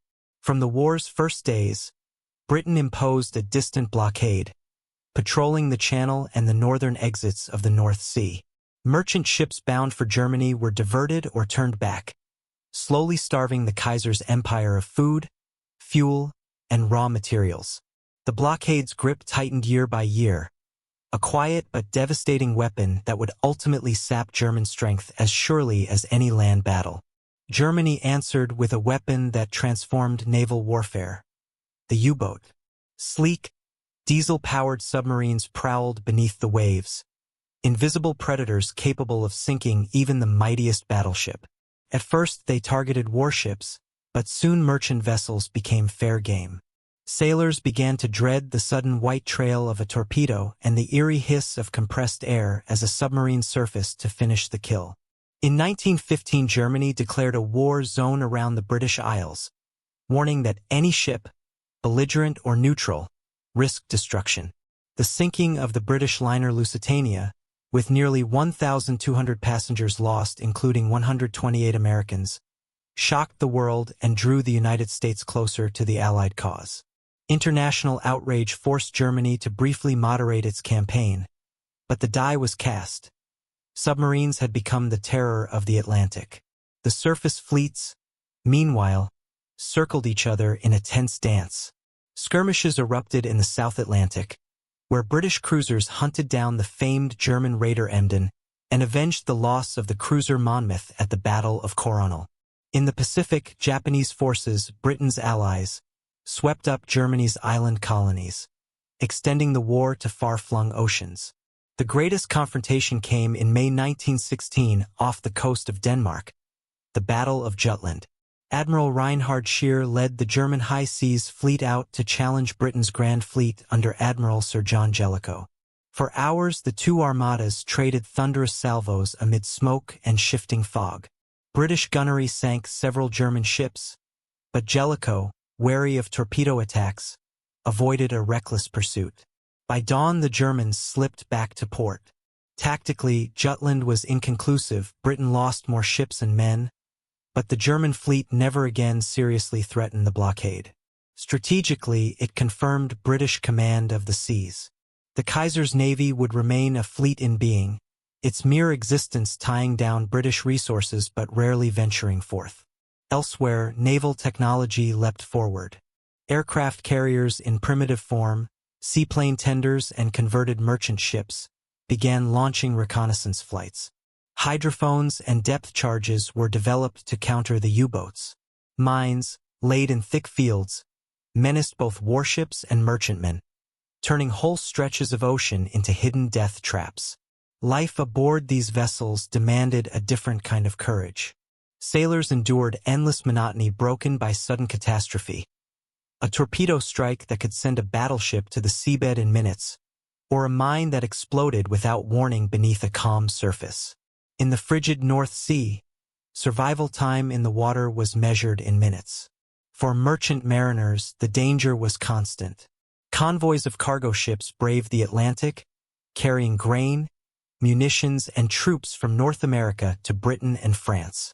They faced wolf packs of U-boats, rough seas, and the gnawing fear that any night's voyage could be their last. By 1917, unrestricted submarine warfare had sunk millions of tons of Allied shipping, threatening Britain with starvation. The Allies responded with the convoy system, grouping merchant ships under naval escort. Destroyers equipped with new sonar-like hydrophones and armed with depth charges proved increasingly lethal to submarines. Losses fell dramatically, and the Atlantic lifeline held, an unglamorous but decisive victory for Allied logistics. Naval warfare also reached civilians in unexpected ways. Coastal towns from Scarborough to Yarmouth endured bombardments by German raiders. In the Mediterranean, Ottoman and Austro-Hungarian submarines attacked Allied transports, spreading fear across once peaceful waters. The ocean, once a barrier, had become a front as deadly as any trench. By 1918, the cumulative effect of blockade and convoy was undeniable. German industry starved of raw materials. Civilians faced food riots and malnutrition. The once mighty German fleet, racked by mutiny as sailors refused a final suicidal sortie, lay idle as revolution brewed in Kiel and Hamburg. The high seas fleet, designed to rival Britain's power, ended the war not in glory but in surrender. The naval war's legacy was profound. It demonstrated that control of global supply routes could decide a conflict even when great fleets rarely met in open battle. It propelled the development of submarine warfare and hinted at the future dominance of aircraft carriers and naval aviation. For the men who served at sea, memories of endless gray horizons, icy spray, and the sudden roar of exploding shells lingered long after the armistice. They had fought an invisible enemy, cold, hunger, the lurking submarine, and ensured that the Allied armies on land never fought alone. In the end, the silent strangulation of blockade and the relentless hunt for U-boats helped tip the scales of the Great War. While the Western Front's mud and blood captured public imagination, it was the unyielding control of the seas that slowly but inexorably tightened the noose around the Central Powers, hastening their ultimate collapse. The First World War was not only a clash of empires but a proving ground for technologies that would forever change warfare. What began with cavalry charges and bright uniforms evolved, within a few short years, into an industrialized nightmare of machines and chemistry, a harvest of inventions born from desperation. Foremost among these new horrors was the machine gun. Invented in the late 19th century, it found its full, dreadful potential in the trenches of Europe. A single crew-served weapon could unleash hundreds of rounds per minute, scything down waves of advancing infantry. At battles like the Somme and Verdun, entire battalions were annihilated in minutes, proving that courage alone was powerless against mechanized fire. Heavy artillery magnified the slaughter. Guns of staggering caliber hurled shells miles across the front, their explosions reshaping landscapes into cratered moonscapes. The constant barrages shattered bodies and minds alike, leaving soldiers deafened, concussed, and haunted by the phenomenon soon known as shell shock. Artillery caused the majority of all casualties in the war, a grim testament to the supremacy of indirect fire. From the laboratories of Europe came a still more sinister weapon, poison gas. First unleashed by Germany at Ypres in 1915, chlorine clouds drifted silently across no man's land, burning lungs and blinding eyes. Soon both sides experimented with deadlier variants, phosgene, which suffocated without warning, and mustard gas, a blistering agent that clung to skin and soil for days. Soldiers donned crude masks and hoods, but shifting winds could turn even a successful attack into self-inflicted disaster. The shock of chemical warfare spread worldwide. International conventions had once sought to ban such methods, but desperation overrode restraint. Gas inflicted fewer outright deaths than artillery, yet its psychological impact was immense. The mere whiff of chlorine or a sudden green haze could send seasoned veterans into panic. Beneath the earth, miners turned sappers waged a hidden war. Both sides dug elaborate tunnel systems, packing them with tons of explosives. At Messines Ridge in 1917, British engineers detonated 19 massive mines beneath German positions, creating an eruption so vast it was heard in London. The ground itself became a weapon. The skies, too, transformed. Early in the war, flimsy biplanes served as reconnaissance platforms, guiding artillery with bird's-eye precision. Soon pilots began dueling in the air, their canvas wings and synchronized machine guns giving birth to the legend of the fighter ace. Figures like Germany's Manfred von Richthofen, the Red Baron, and France's Georges Guynemer became icons of a deadly new arena. Bombing from the air followed quickly. German Zeppelins drifted over London and Paris by night, dropping incendiaries that set rooftops ablaze and civilians trembling. Though strategically limited, These raids shattered the old assumption that civilians were safe behind the front lines, heralding the total wars of the future. On the seas, the submarine emerged as a terror weapon. German U-boats prowled beneath the waves, striking without warning and then vanishing into the depths. Merchant sailors and passengers alike faced sudden destruction, and the sinking of ships such as the Lusitania pushed neutral nations toward open hostility. Countermeasures, depth charges, hydrophones, convoys, soon followed, marking the dawn of undersea warfare. Perhaps the most startling innovation crawled across the churned mud of the Somme in 1916. The tank. Conceived in secrecy as land ships, these armored beasts crushed barbed wire and shrugged off machine gun fire. Early models were slow and unreliable, but their psychological effect was profound. Soldiers who once ruled the battlefield from behind sandbags watched in awe as steel monsters lumbered forward through smoke and shellfire. Even communications evolved. Wireless radios allowed faster coordination. Field telephones linked command posts to the trenches. Pigeons, remarkably reliable, still carried vital messages when wires were cut and static clogged the airwaves. War was becoming a contest not just of men and courage but of science, engineering, and industrial output. The industrial scale of production dwarfed anything known before. Entire economies reoriented to feed the war machine. Factories that once made plows now stamped rifle bolts. Chemical plants shifted from fertilizer to explosives. Civilian workers, women especially, became as crucial as soldiers, turning cities into extensions of the battlefield. Medical technology raced to keep pace with the new wounds of modern weapons. Surgeons developed advanced prosthetics for amputees and pioneered techniques for treating shattered faces. Blood transfusion methods improved, saving countless lives. Yet no invention could ease the psychological toll of unending barrages and the constant nearness of death. Propaganda embraced the language of science and fear. Posters warned of Hun poison gas and extolled the might of national industry. Governments promised new weapons would deliver quick victory, even as each innovation merely prolonged the agony. By 1917, soldiers on every front understood they were witnessing a transformation. The old chivalry of war, sword against sword, soldier facing soldier, was gone. Machines and chemicals decided life or death, while the individual became a tiny cog in a vast mechanism of destruction. Yet amid this grim mechanization, human ingenuity also sought protection. Gas masks grew more effective.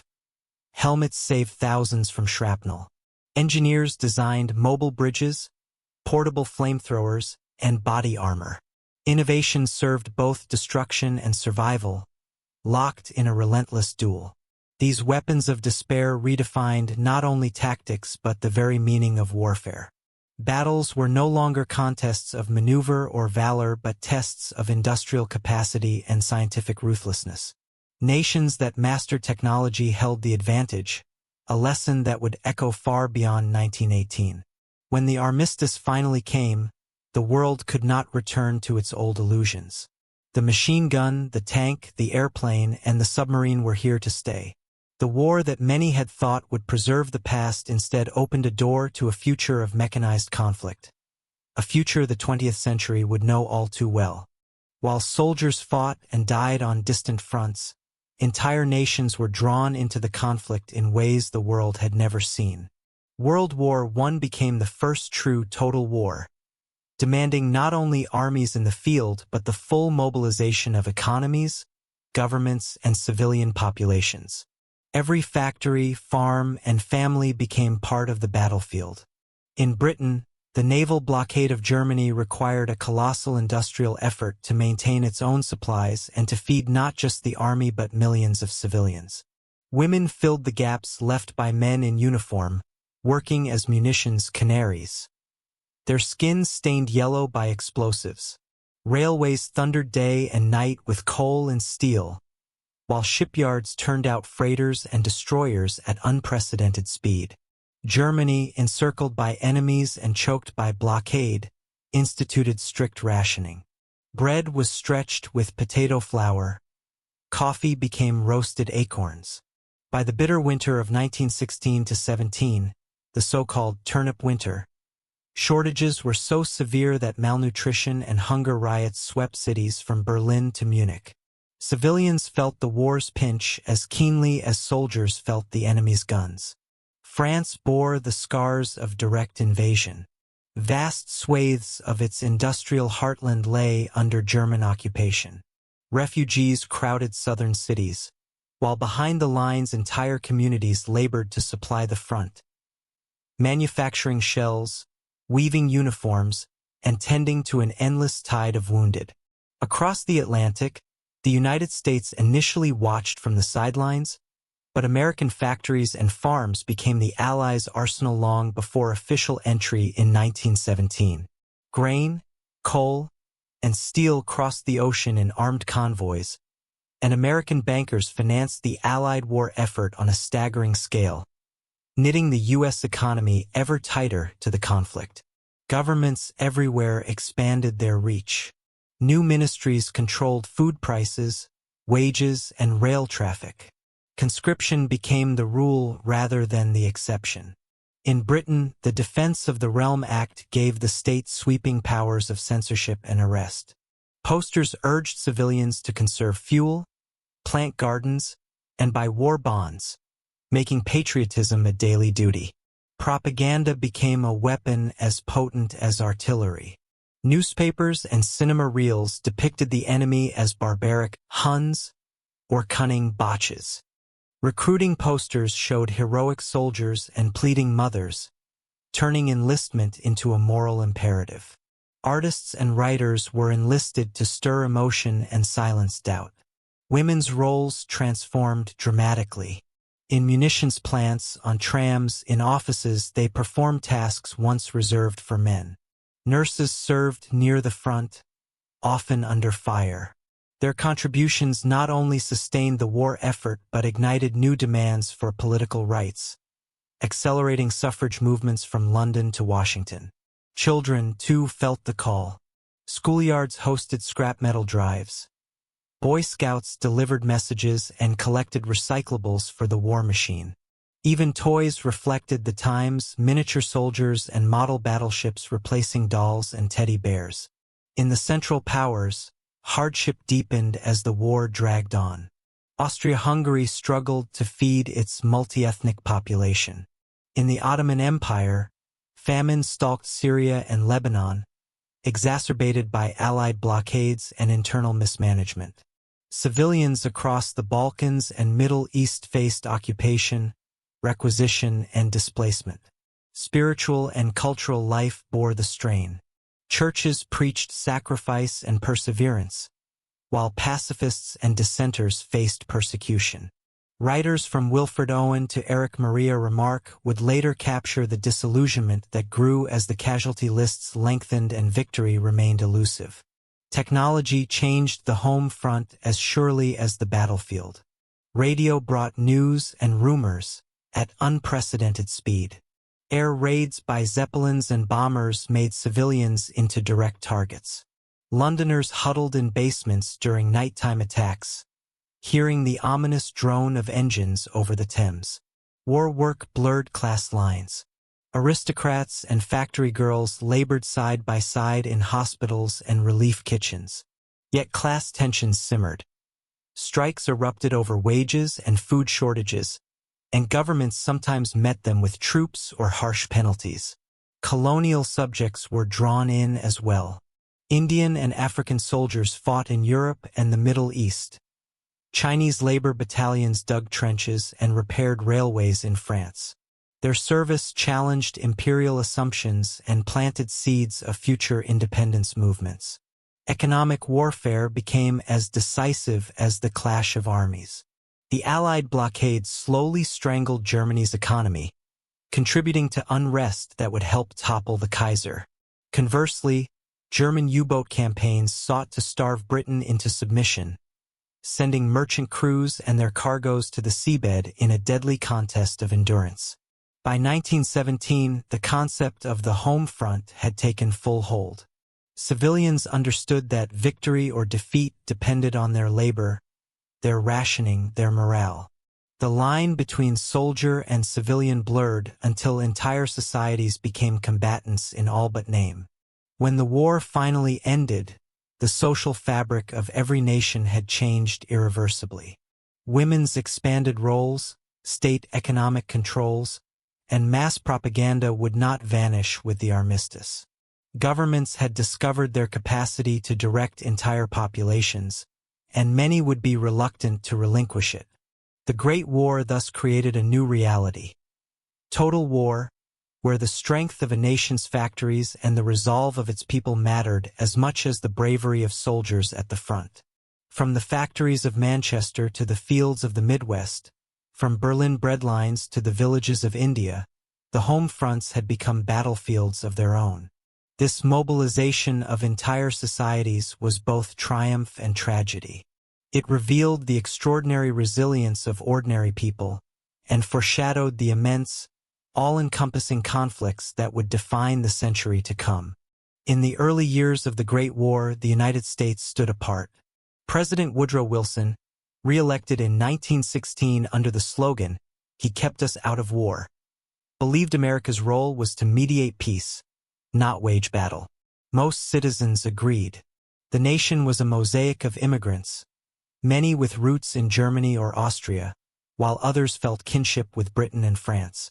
Neutrality seemed both moral and practical. Yet across the Atlantic, the conflict was impossible to ignore. American factories supplied the Allies with grain, steel, and munitions, binding the U.S. economy ever more tightly to Britain and France. Merchant ships laden with these goods crossed the Atlantic under the constant menace of German U-boats, whose stealthy attacks began to strain America's patience. The 1915 sinking of the British liner Lusitania, which killed 128 Americans, shocked the public. Germany promised to curb unrestricted submarine warfare, but incidents continued. Each torpedoed vessel carried not only cargo but also American outrage, eroding the belief that oceans could shield the New World from the Old. Diplomatic tensions deepened in early 1917. Germany, desperate to break the British blockade, announced it would resume unrestricted submarine warfare, targeting all ships, neutral or belligerent, within the war zone. At nearly the same time, British intelligence intercepted the infamous Zimmermann telegram, in which Germany proposed a military alliance with Mexico should the U.S. join the Allies. When London revealed the message to Washington, American newspapers blazed with indignation. Wilson, once a steadfast advocate of neutrality, now faced a changed nation. Banking interests feared for their vast Allied loans. Industrialists saw opportunity and peril alike.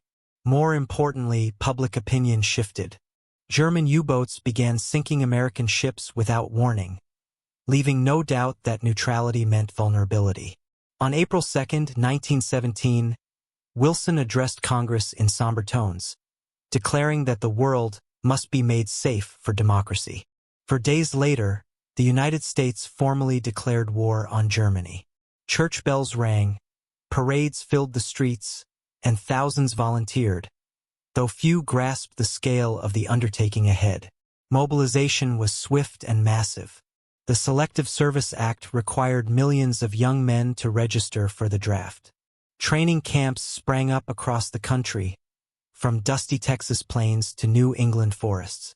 Farmers left their fields, clerks their desks, college boys their campuses, all donning the khaki of the new American Expeditionary Forces, AEF. Industry transformed overnight. Automobile plants turned out trucks and tanks.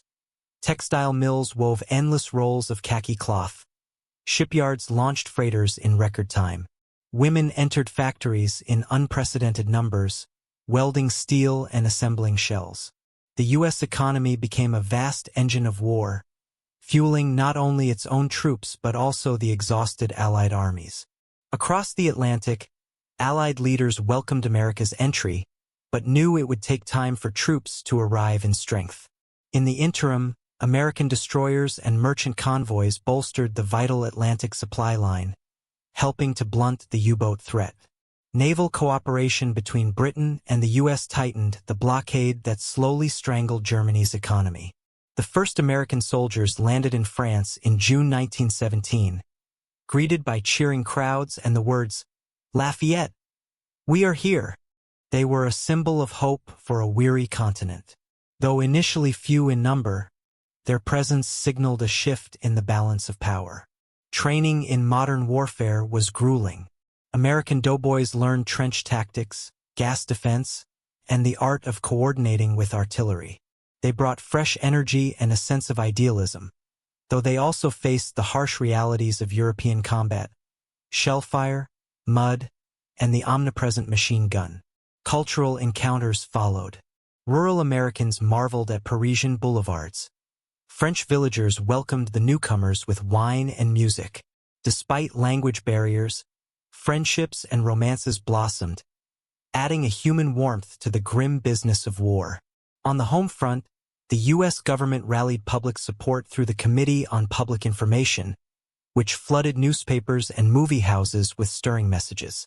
Liberty bond drives financed the effort, while songs like "Over There" captured the spirit of a nation on the march. Civil liberties tightened as well. Dissenters faced arrest under the Espionage and Sedition Acts, and German-American communities endured suspicion and sometimes violence. By the spring of 1918, American divisions were arriving in France at the rate of 250,000 men a month. Their arrival coincided with Germany's desperate final offensives. Fresh U.S. troops helped stiffen Allied lines during the critical battles of Cantigny, Château-Thierry, and Belleau Wood, earning a reputation for tenacity and courage. The psychological impact was immense.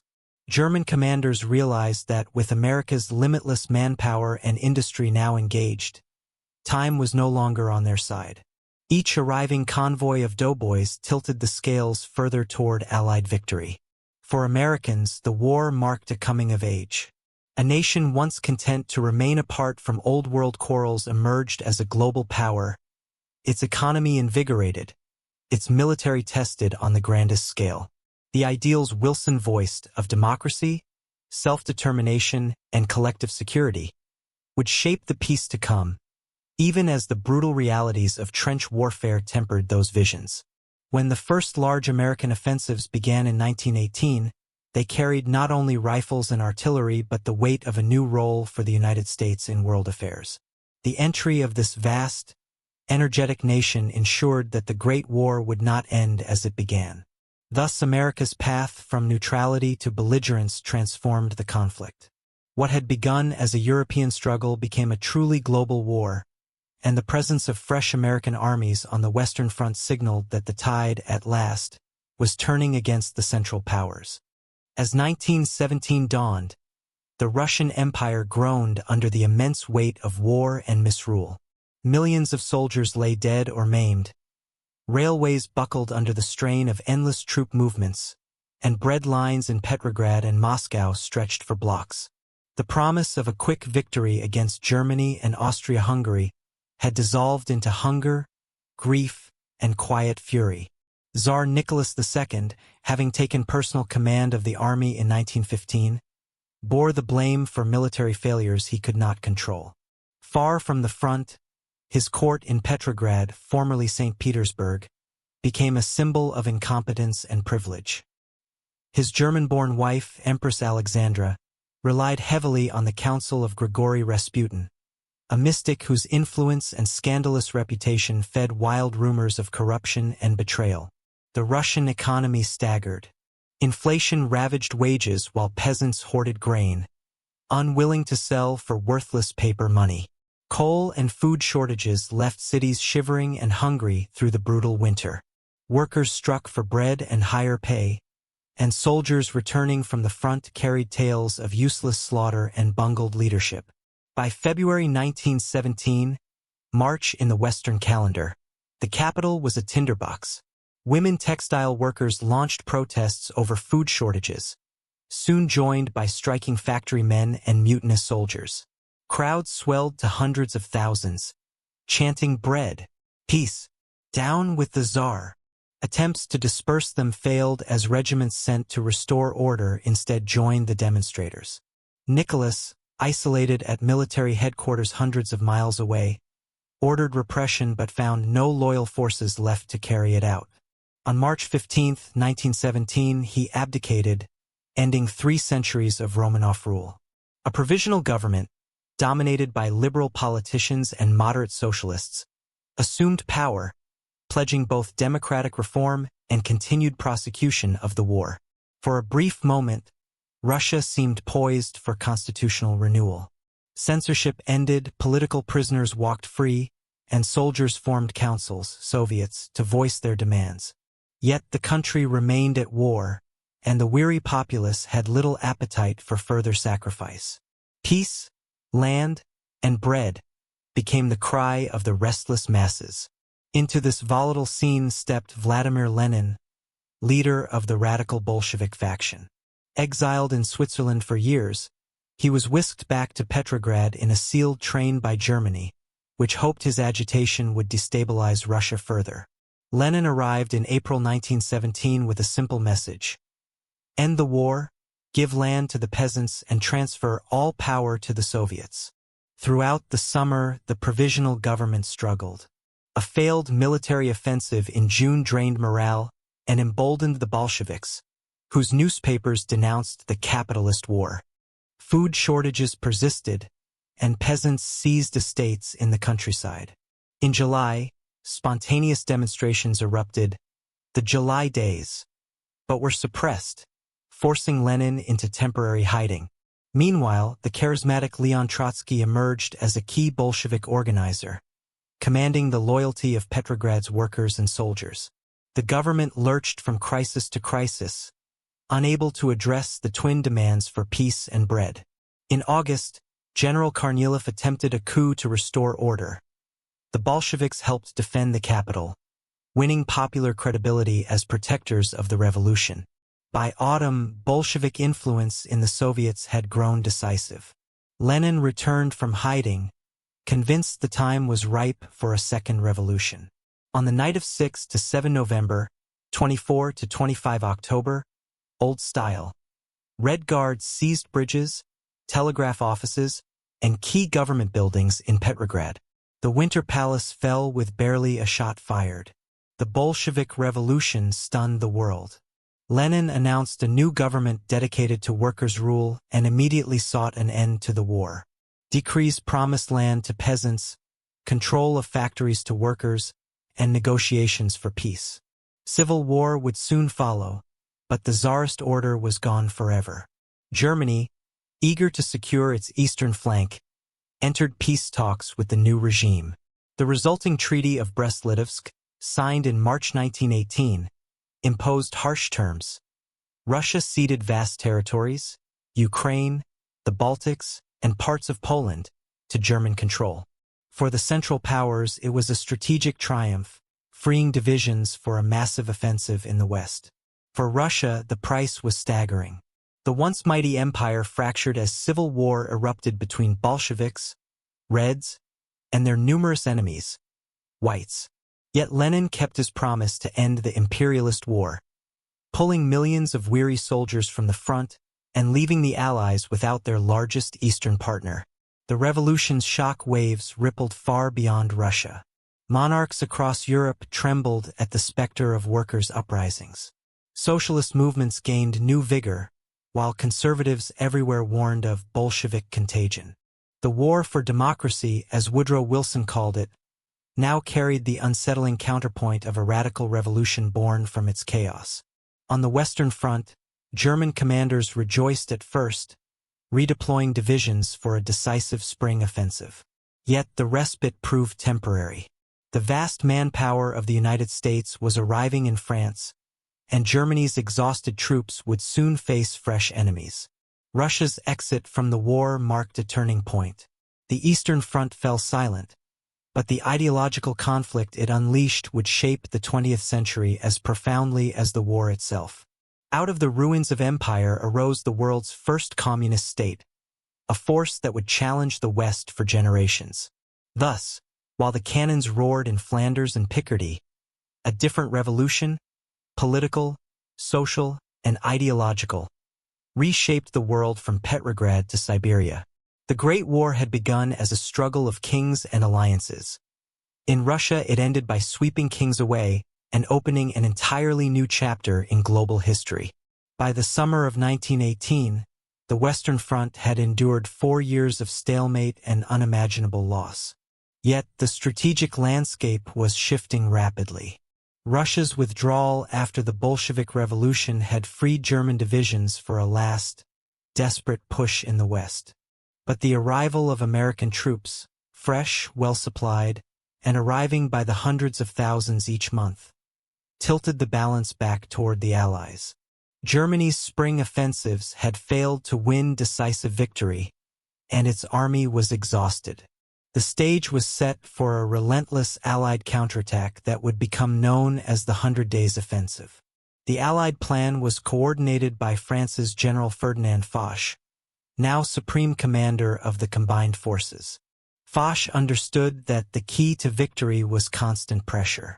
Rather than one grand assault, he envisioned a series of hammer blows delivered along the front, denying the Germans any chance to regroup. The opening strike fell on August 8, 1918, near the town of Amiens. British, Canadian, Australian, and French troops advanced behind a creeping artillery barrage, supported by hundreds of tanks and squadrons of aircraft. The attack achieved total surprise. German lines buckled, and by nightfall Allied forces had advanced up to 8 miles. An astonishing gain in a war where yards were often the measure of success. General Erich Ludendorff, Germany's chief strategist, called it the Black Day of the German army, as thousands of soldiers surrendered rather than fight on. Morale, already brittle, began to collapse. Foch wasted no time. Throughout August and September, successive offensives struck along the Western Front. The Second Battle of the Somme, the push along the Arras sector, and the Wazane operations. Each attack forced the Germans back, capturing key rail junctions and shattering defensive lines that had held for years. North of the Somme, the elite Canadian Corps captured Cambrai, a vital transport hub, in a brilliantly executed assault that combined tanks, infantry, and aircraft. Australian divisions, hardened by years of combat, spearheaded many of these advances, earning a reputation as some of the most effective shock troops of the war. Meanwhile, the newly formed American First Army under General John J. Pershing launched its own operations at Saint-Mihiel, swiftly reducing a German salient that had threatened Paris since 1914. This victory not only boosted Allied morale but proved the Americans were now a decisive force in their own right. The offensive next targeted the Meuse-Argonne region, a rugged expanse of forests and ridges. Beginning September 26, more than 1 million American soldiers joined French units in a grinding battle that would last 6 weeks. Fighting through dense woods and fortified hills, the Allies slowly forced the Germans back toward the vital rail hub of Sedan. Casualties were immense, but the relentless pressure broke German resistance. Behind the front, the once mighty German war machine faltered. The British naval blockade strangled supplies. Civilians faced hunger and unrest. Strikes and protests erupted in Berlin, Munich, and the industrial Ruhr. Soldiers at the front sensed the crumbling home front and questioned the purpose of continued sacrifice. Political upheaval accelerated the decline. In late October, sailors at the naval base in Kiel mutinied rather than embark on a final, suicidal sortie. Workers' and soldiers' councils formed across Germany, echoing the Russian Soviets of 1917. The authority of Kaiser Wilhelm II waned daily as revolutionary sentiment spread. Allied advances now threatened Germany's main lines of communication. By early October, the Hindenburg Line, the formidable system of trenches and fortifications built to secure German territory, was breached in multiple places. Towns that had been symbols of German occupation, such as Lille and Ghent, fell one after another. Desperate, the German government sought an armistice. Prince Max of Baden, appointed chancellor, opened negotiations even as fighting raged. U.S. President Woodrow Wilson's 14 points provided a framework for peace, but the Allies demanded concrete surrender of arms and occupied territories. On the battlefield, the Allies maintained unrelenting pressure. Belgian forces liberated their homeland in a sweeping offensive, while British and French armies advanced along the entire front. By late October, Allied troops had crossed the Sambre, Oise Canal, and approached the borders of Germany itself. American forces, despite heavy losses, pushed through the Meuse-Argonne toward Sedan, cutting critical railway lines. The relentless drive convinced even the most optimistic German generals that the war was lost. In the first week of November, the Kaiser abdicated and fled to the Netherlands. A provisional government proclaimed a German republic. Armistice negotiations moved swiftly as German envoys crossed the devastated front to meet Allied commanders in a railway carriage in Campine Forest. Finally, at the 11th hour of the 11th day of the 11th month, November 11, 1918 at 11 a.m., the guns fell silent. After more than 4 years of global conflict, the Great War was over. The 100 Days Offensive had achieved what years of attrition could not: a decisive victory through coordinated modern warfare. Tanks, aircraft, creeping barges, and relentless logistics combined to break the enemy's will and capacity to fight. Yet victory came at a terrible price. The Allies suffered more than 1 million casualties during those final 100 days, a grim reminder that even in triumph, the war remained an unforgiving butcher. For Germany, the rapid collapse was both military and psychological, setting the stage for political upheaval that would shape the century to come. The end of fighting did not end the suffering. In towns newly liberated, survivors emerged from cellars to landscapes of ruin. Refugees returned to shattered homes. Soldiers on both sides carried physical wounds and invisible scars that would last a lifetime. Thus, the 100 Days marked both an ending and a beginning, the final, ferocious surge of a war that had redrawn the map of Europe and ushered the world into a new, uncertain era. The autumn of 1918 brought an unfamiliar sound to the Western Front: the steady eastward rumble of retreating German guns. After 4 years of near-motionless slaughter, Allied troops advanced daily, reclaiming villages that had been occupied since the war's first weeks. Exhaustion weighed heavily on both sides, yet it was Germany whose strength finally collapsed.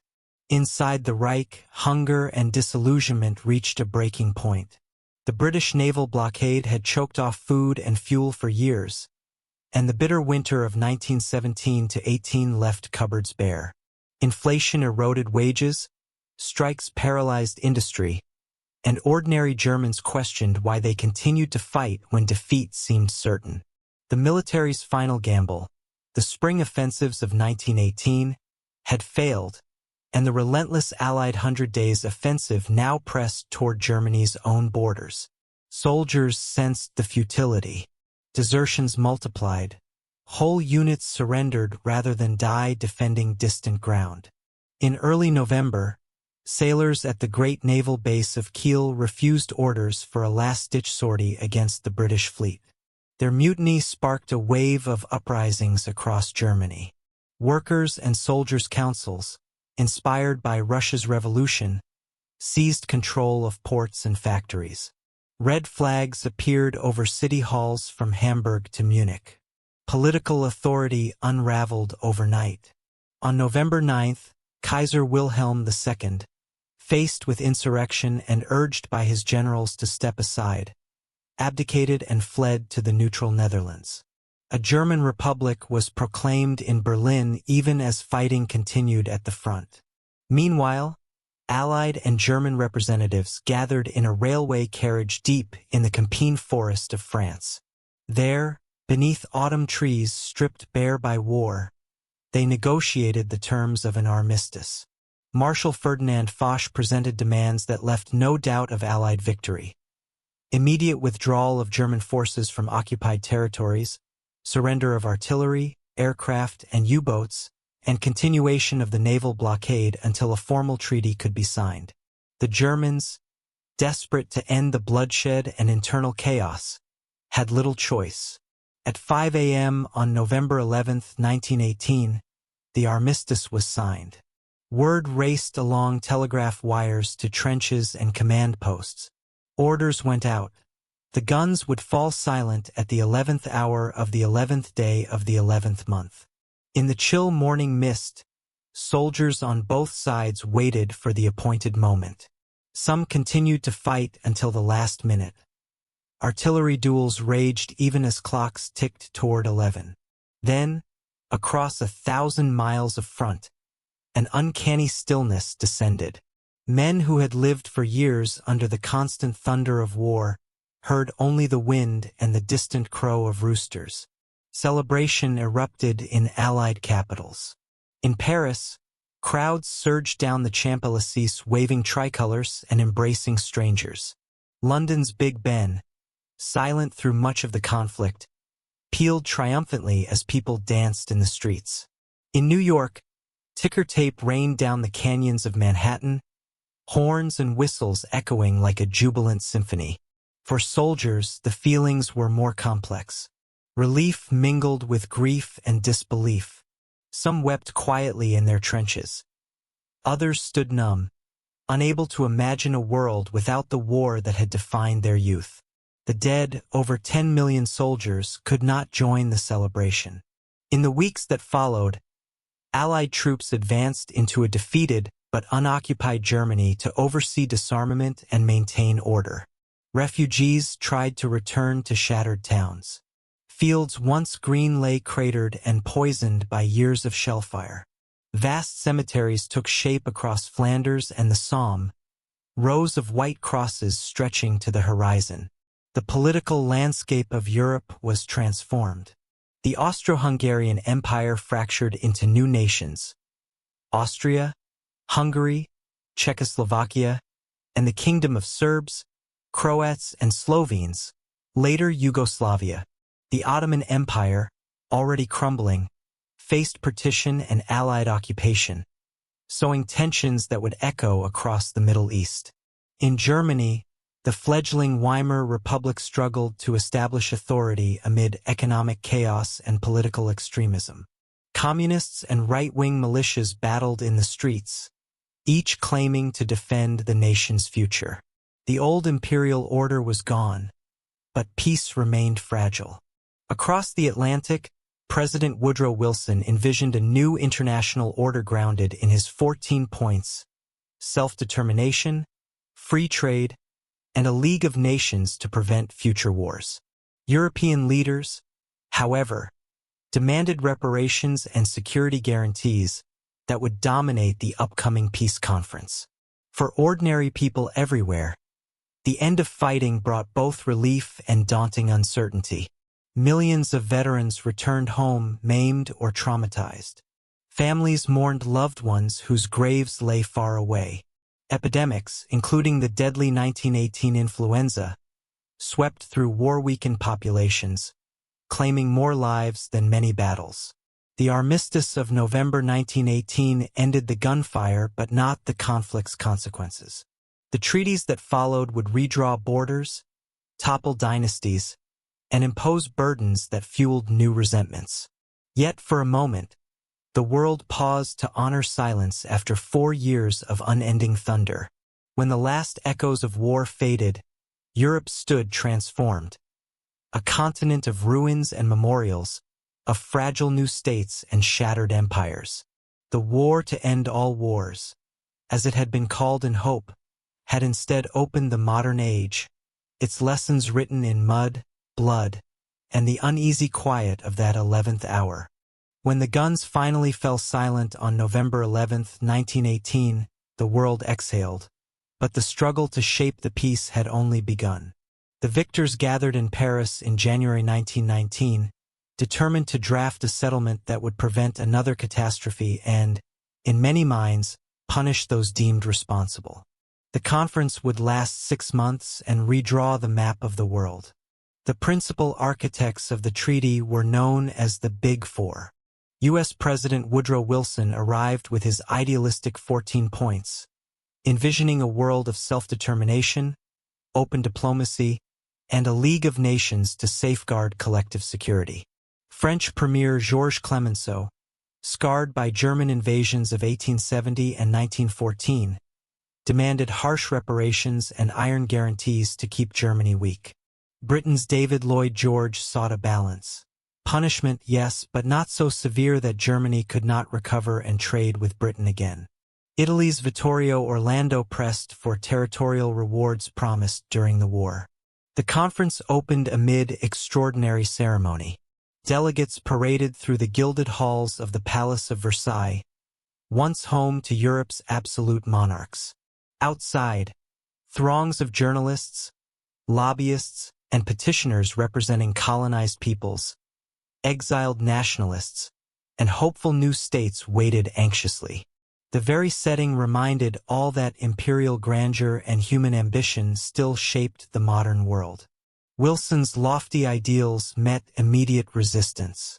France and Britain, bled white by 4 years of war, cared little for abstract principles. They demanded tangible security and compensation. Clemenceau, the Tiger, insisted that Germany must never again threaten France. He pressed for heavy reparations and strict military limits. The Germans, pointedly excluded from the negotiations, awaited their fate in Weimar and Berlin. Many ordinary Germans believed the armistice was a truce pending a fair peace based on Wilson's 14 points. They would soon be disabused of that hope.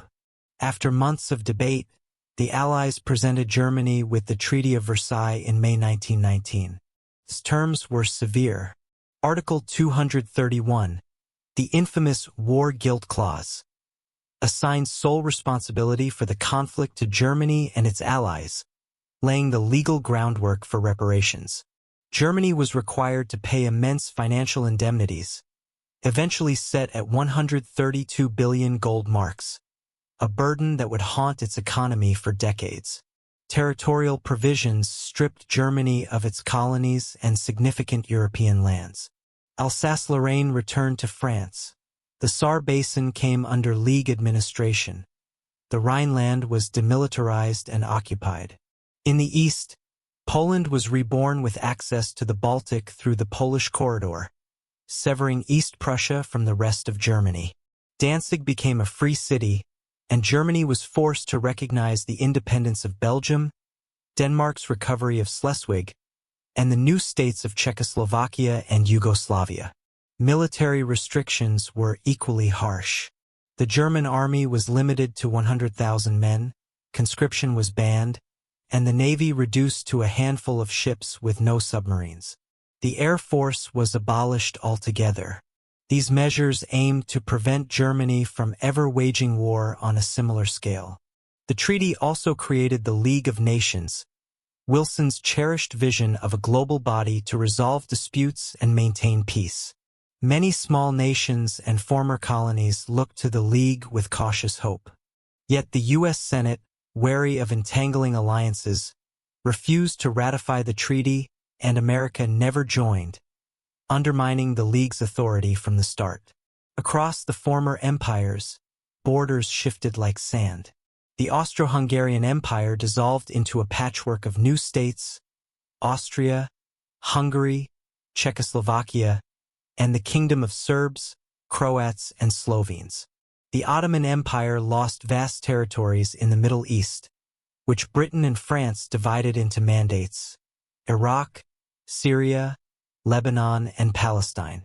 Promises of Arab independence made during the war went largely unfulfilled, sowing resentments that would echo through the century. For colonized peoples in Asia and Africa, Wilson's talk of self-determination proved hollow.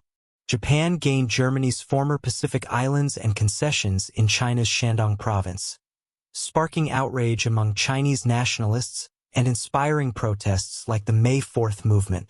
Indian delegates, hoping for steps toward autonomy, left with only frustration.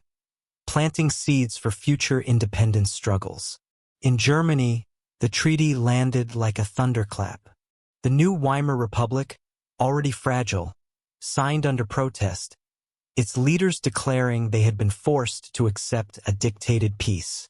Many Germans viewed the treaty as a national humiliation, a diktat imposed without negotiation. Political extremists from both left and right seized on popular anger, claiming the Republic had stabbed Germany in the back. Economic chaos followed. Reparations and the loss of industrial regions strained the economy, contributing to runaway inflation and social unrest. Veterans returned to shattered livelihoods, and paramilitary groups, the Freikorps, clashed with communists in the streets. The treaty, intended to secure peace, instead planted the seeds of future conflict. Elsewhere, the victors celebrated but faced their own post-war reckonings. France mourned a generation lost. Britain grappled with war debt and the stirrings of independence movements across its empire. The United States, disillusioned by European politics and the Senate's rejection of the treaty, turned inward. For ordinary people across Europe, the peace brought little immediate relief. Cities lay in ruins, farmland was scarred by trenches and unexploded shells, and millions of refugees wandered a continent struggling to recover. The great influenza pandemic of 1918 to 1919, more lethal than the war itself, continued to claim lives long after the armistice. The Treaty of Versailles formally ended the First World War, but it did not end the turmoil it had unleashed. Instead, it marked the beginning of a fraught new era, an age of fragile democracies, restless colonies, and ideologies waiting to fill the vacuum left by fallen empires. For a brief moment in 1919, the world's leaders believed they had secured a lasting peace. Yet beneath the gilded ceilings of Versailles, the next conflict was already germinating, hidden in clauses of reparations, wounded pride, and unfulfilled promises. The war to end all wars had merely set the stage for an even more tumultuous century.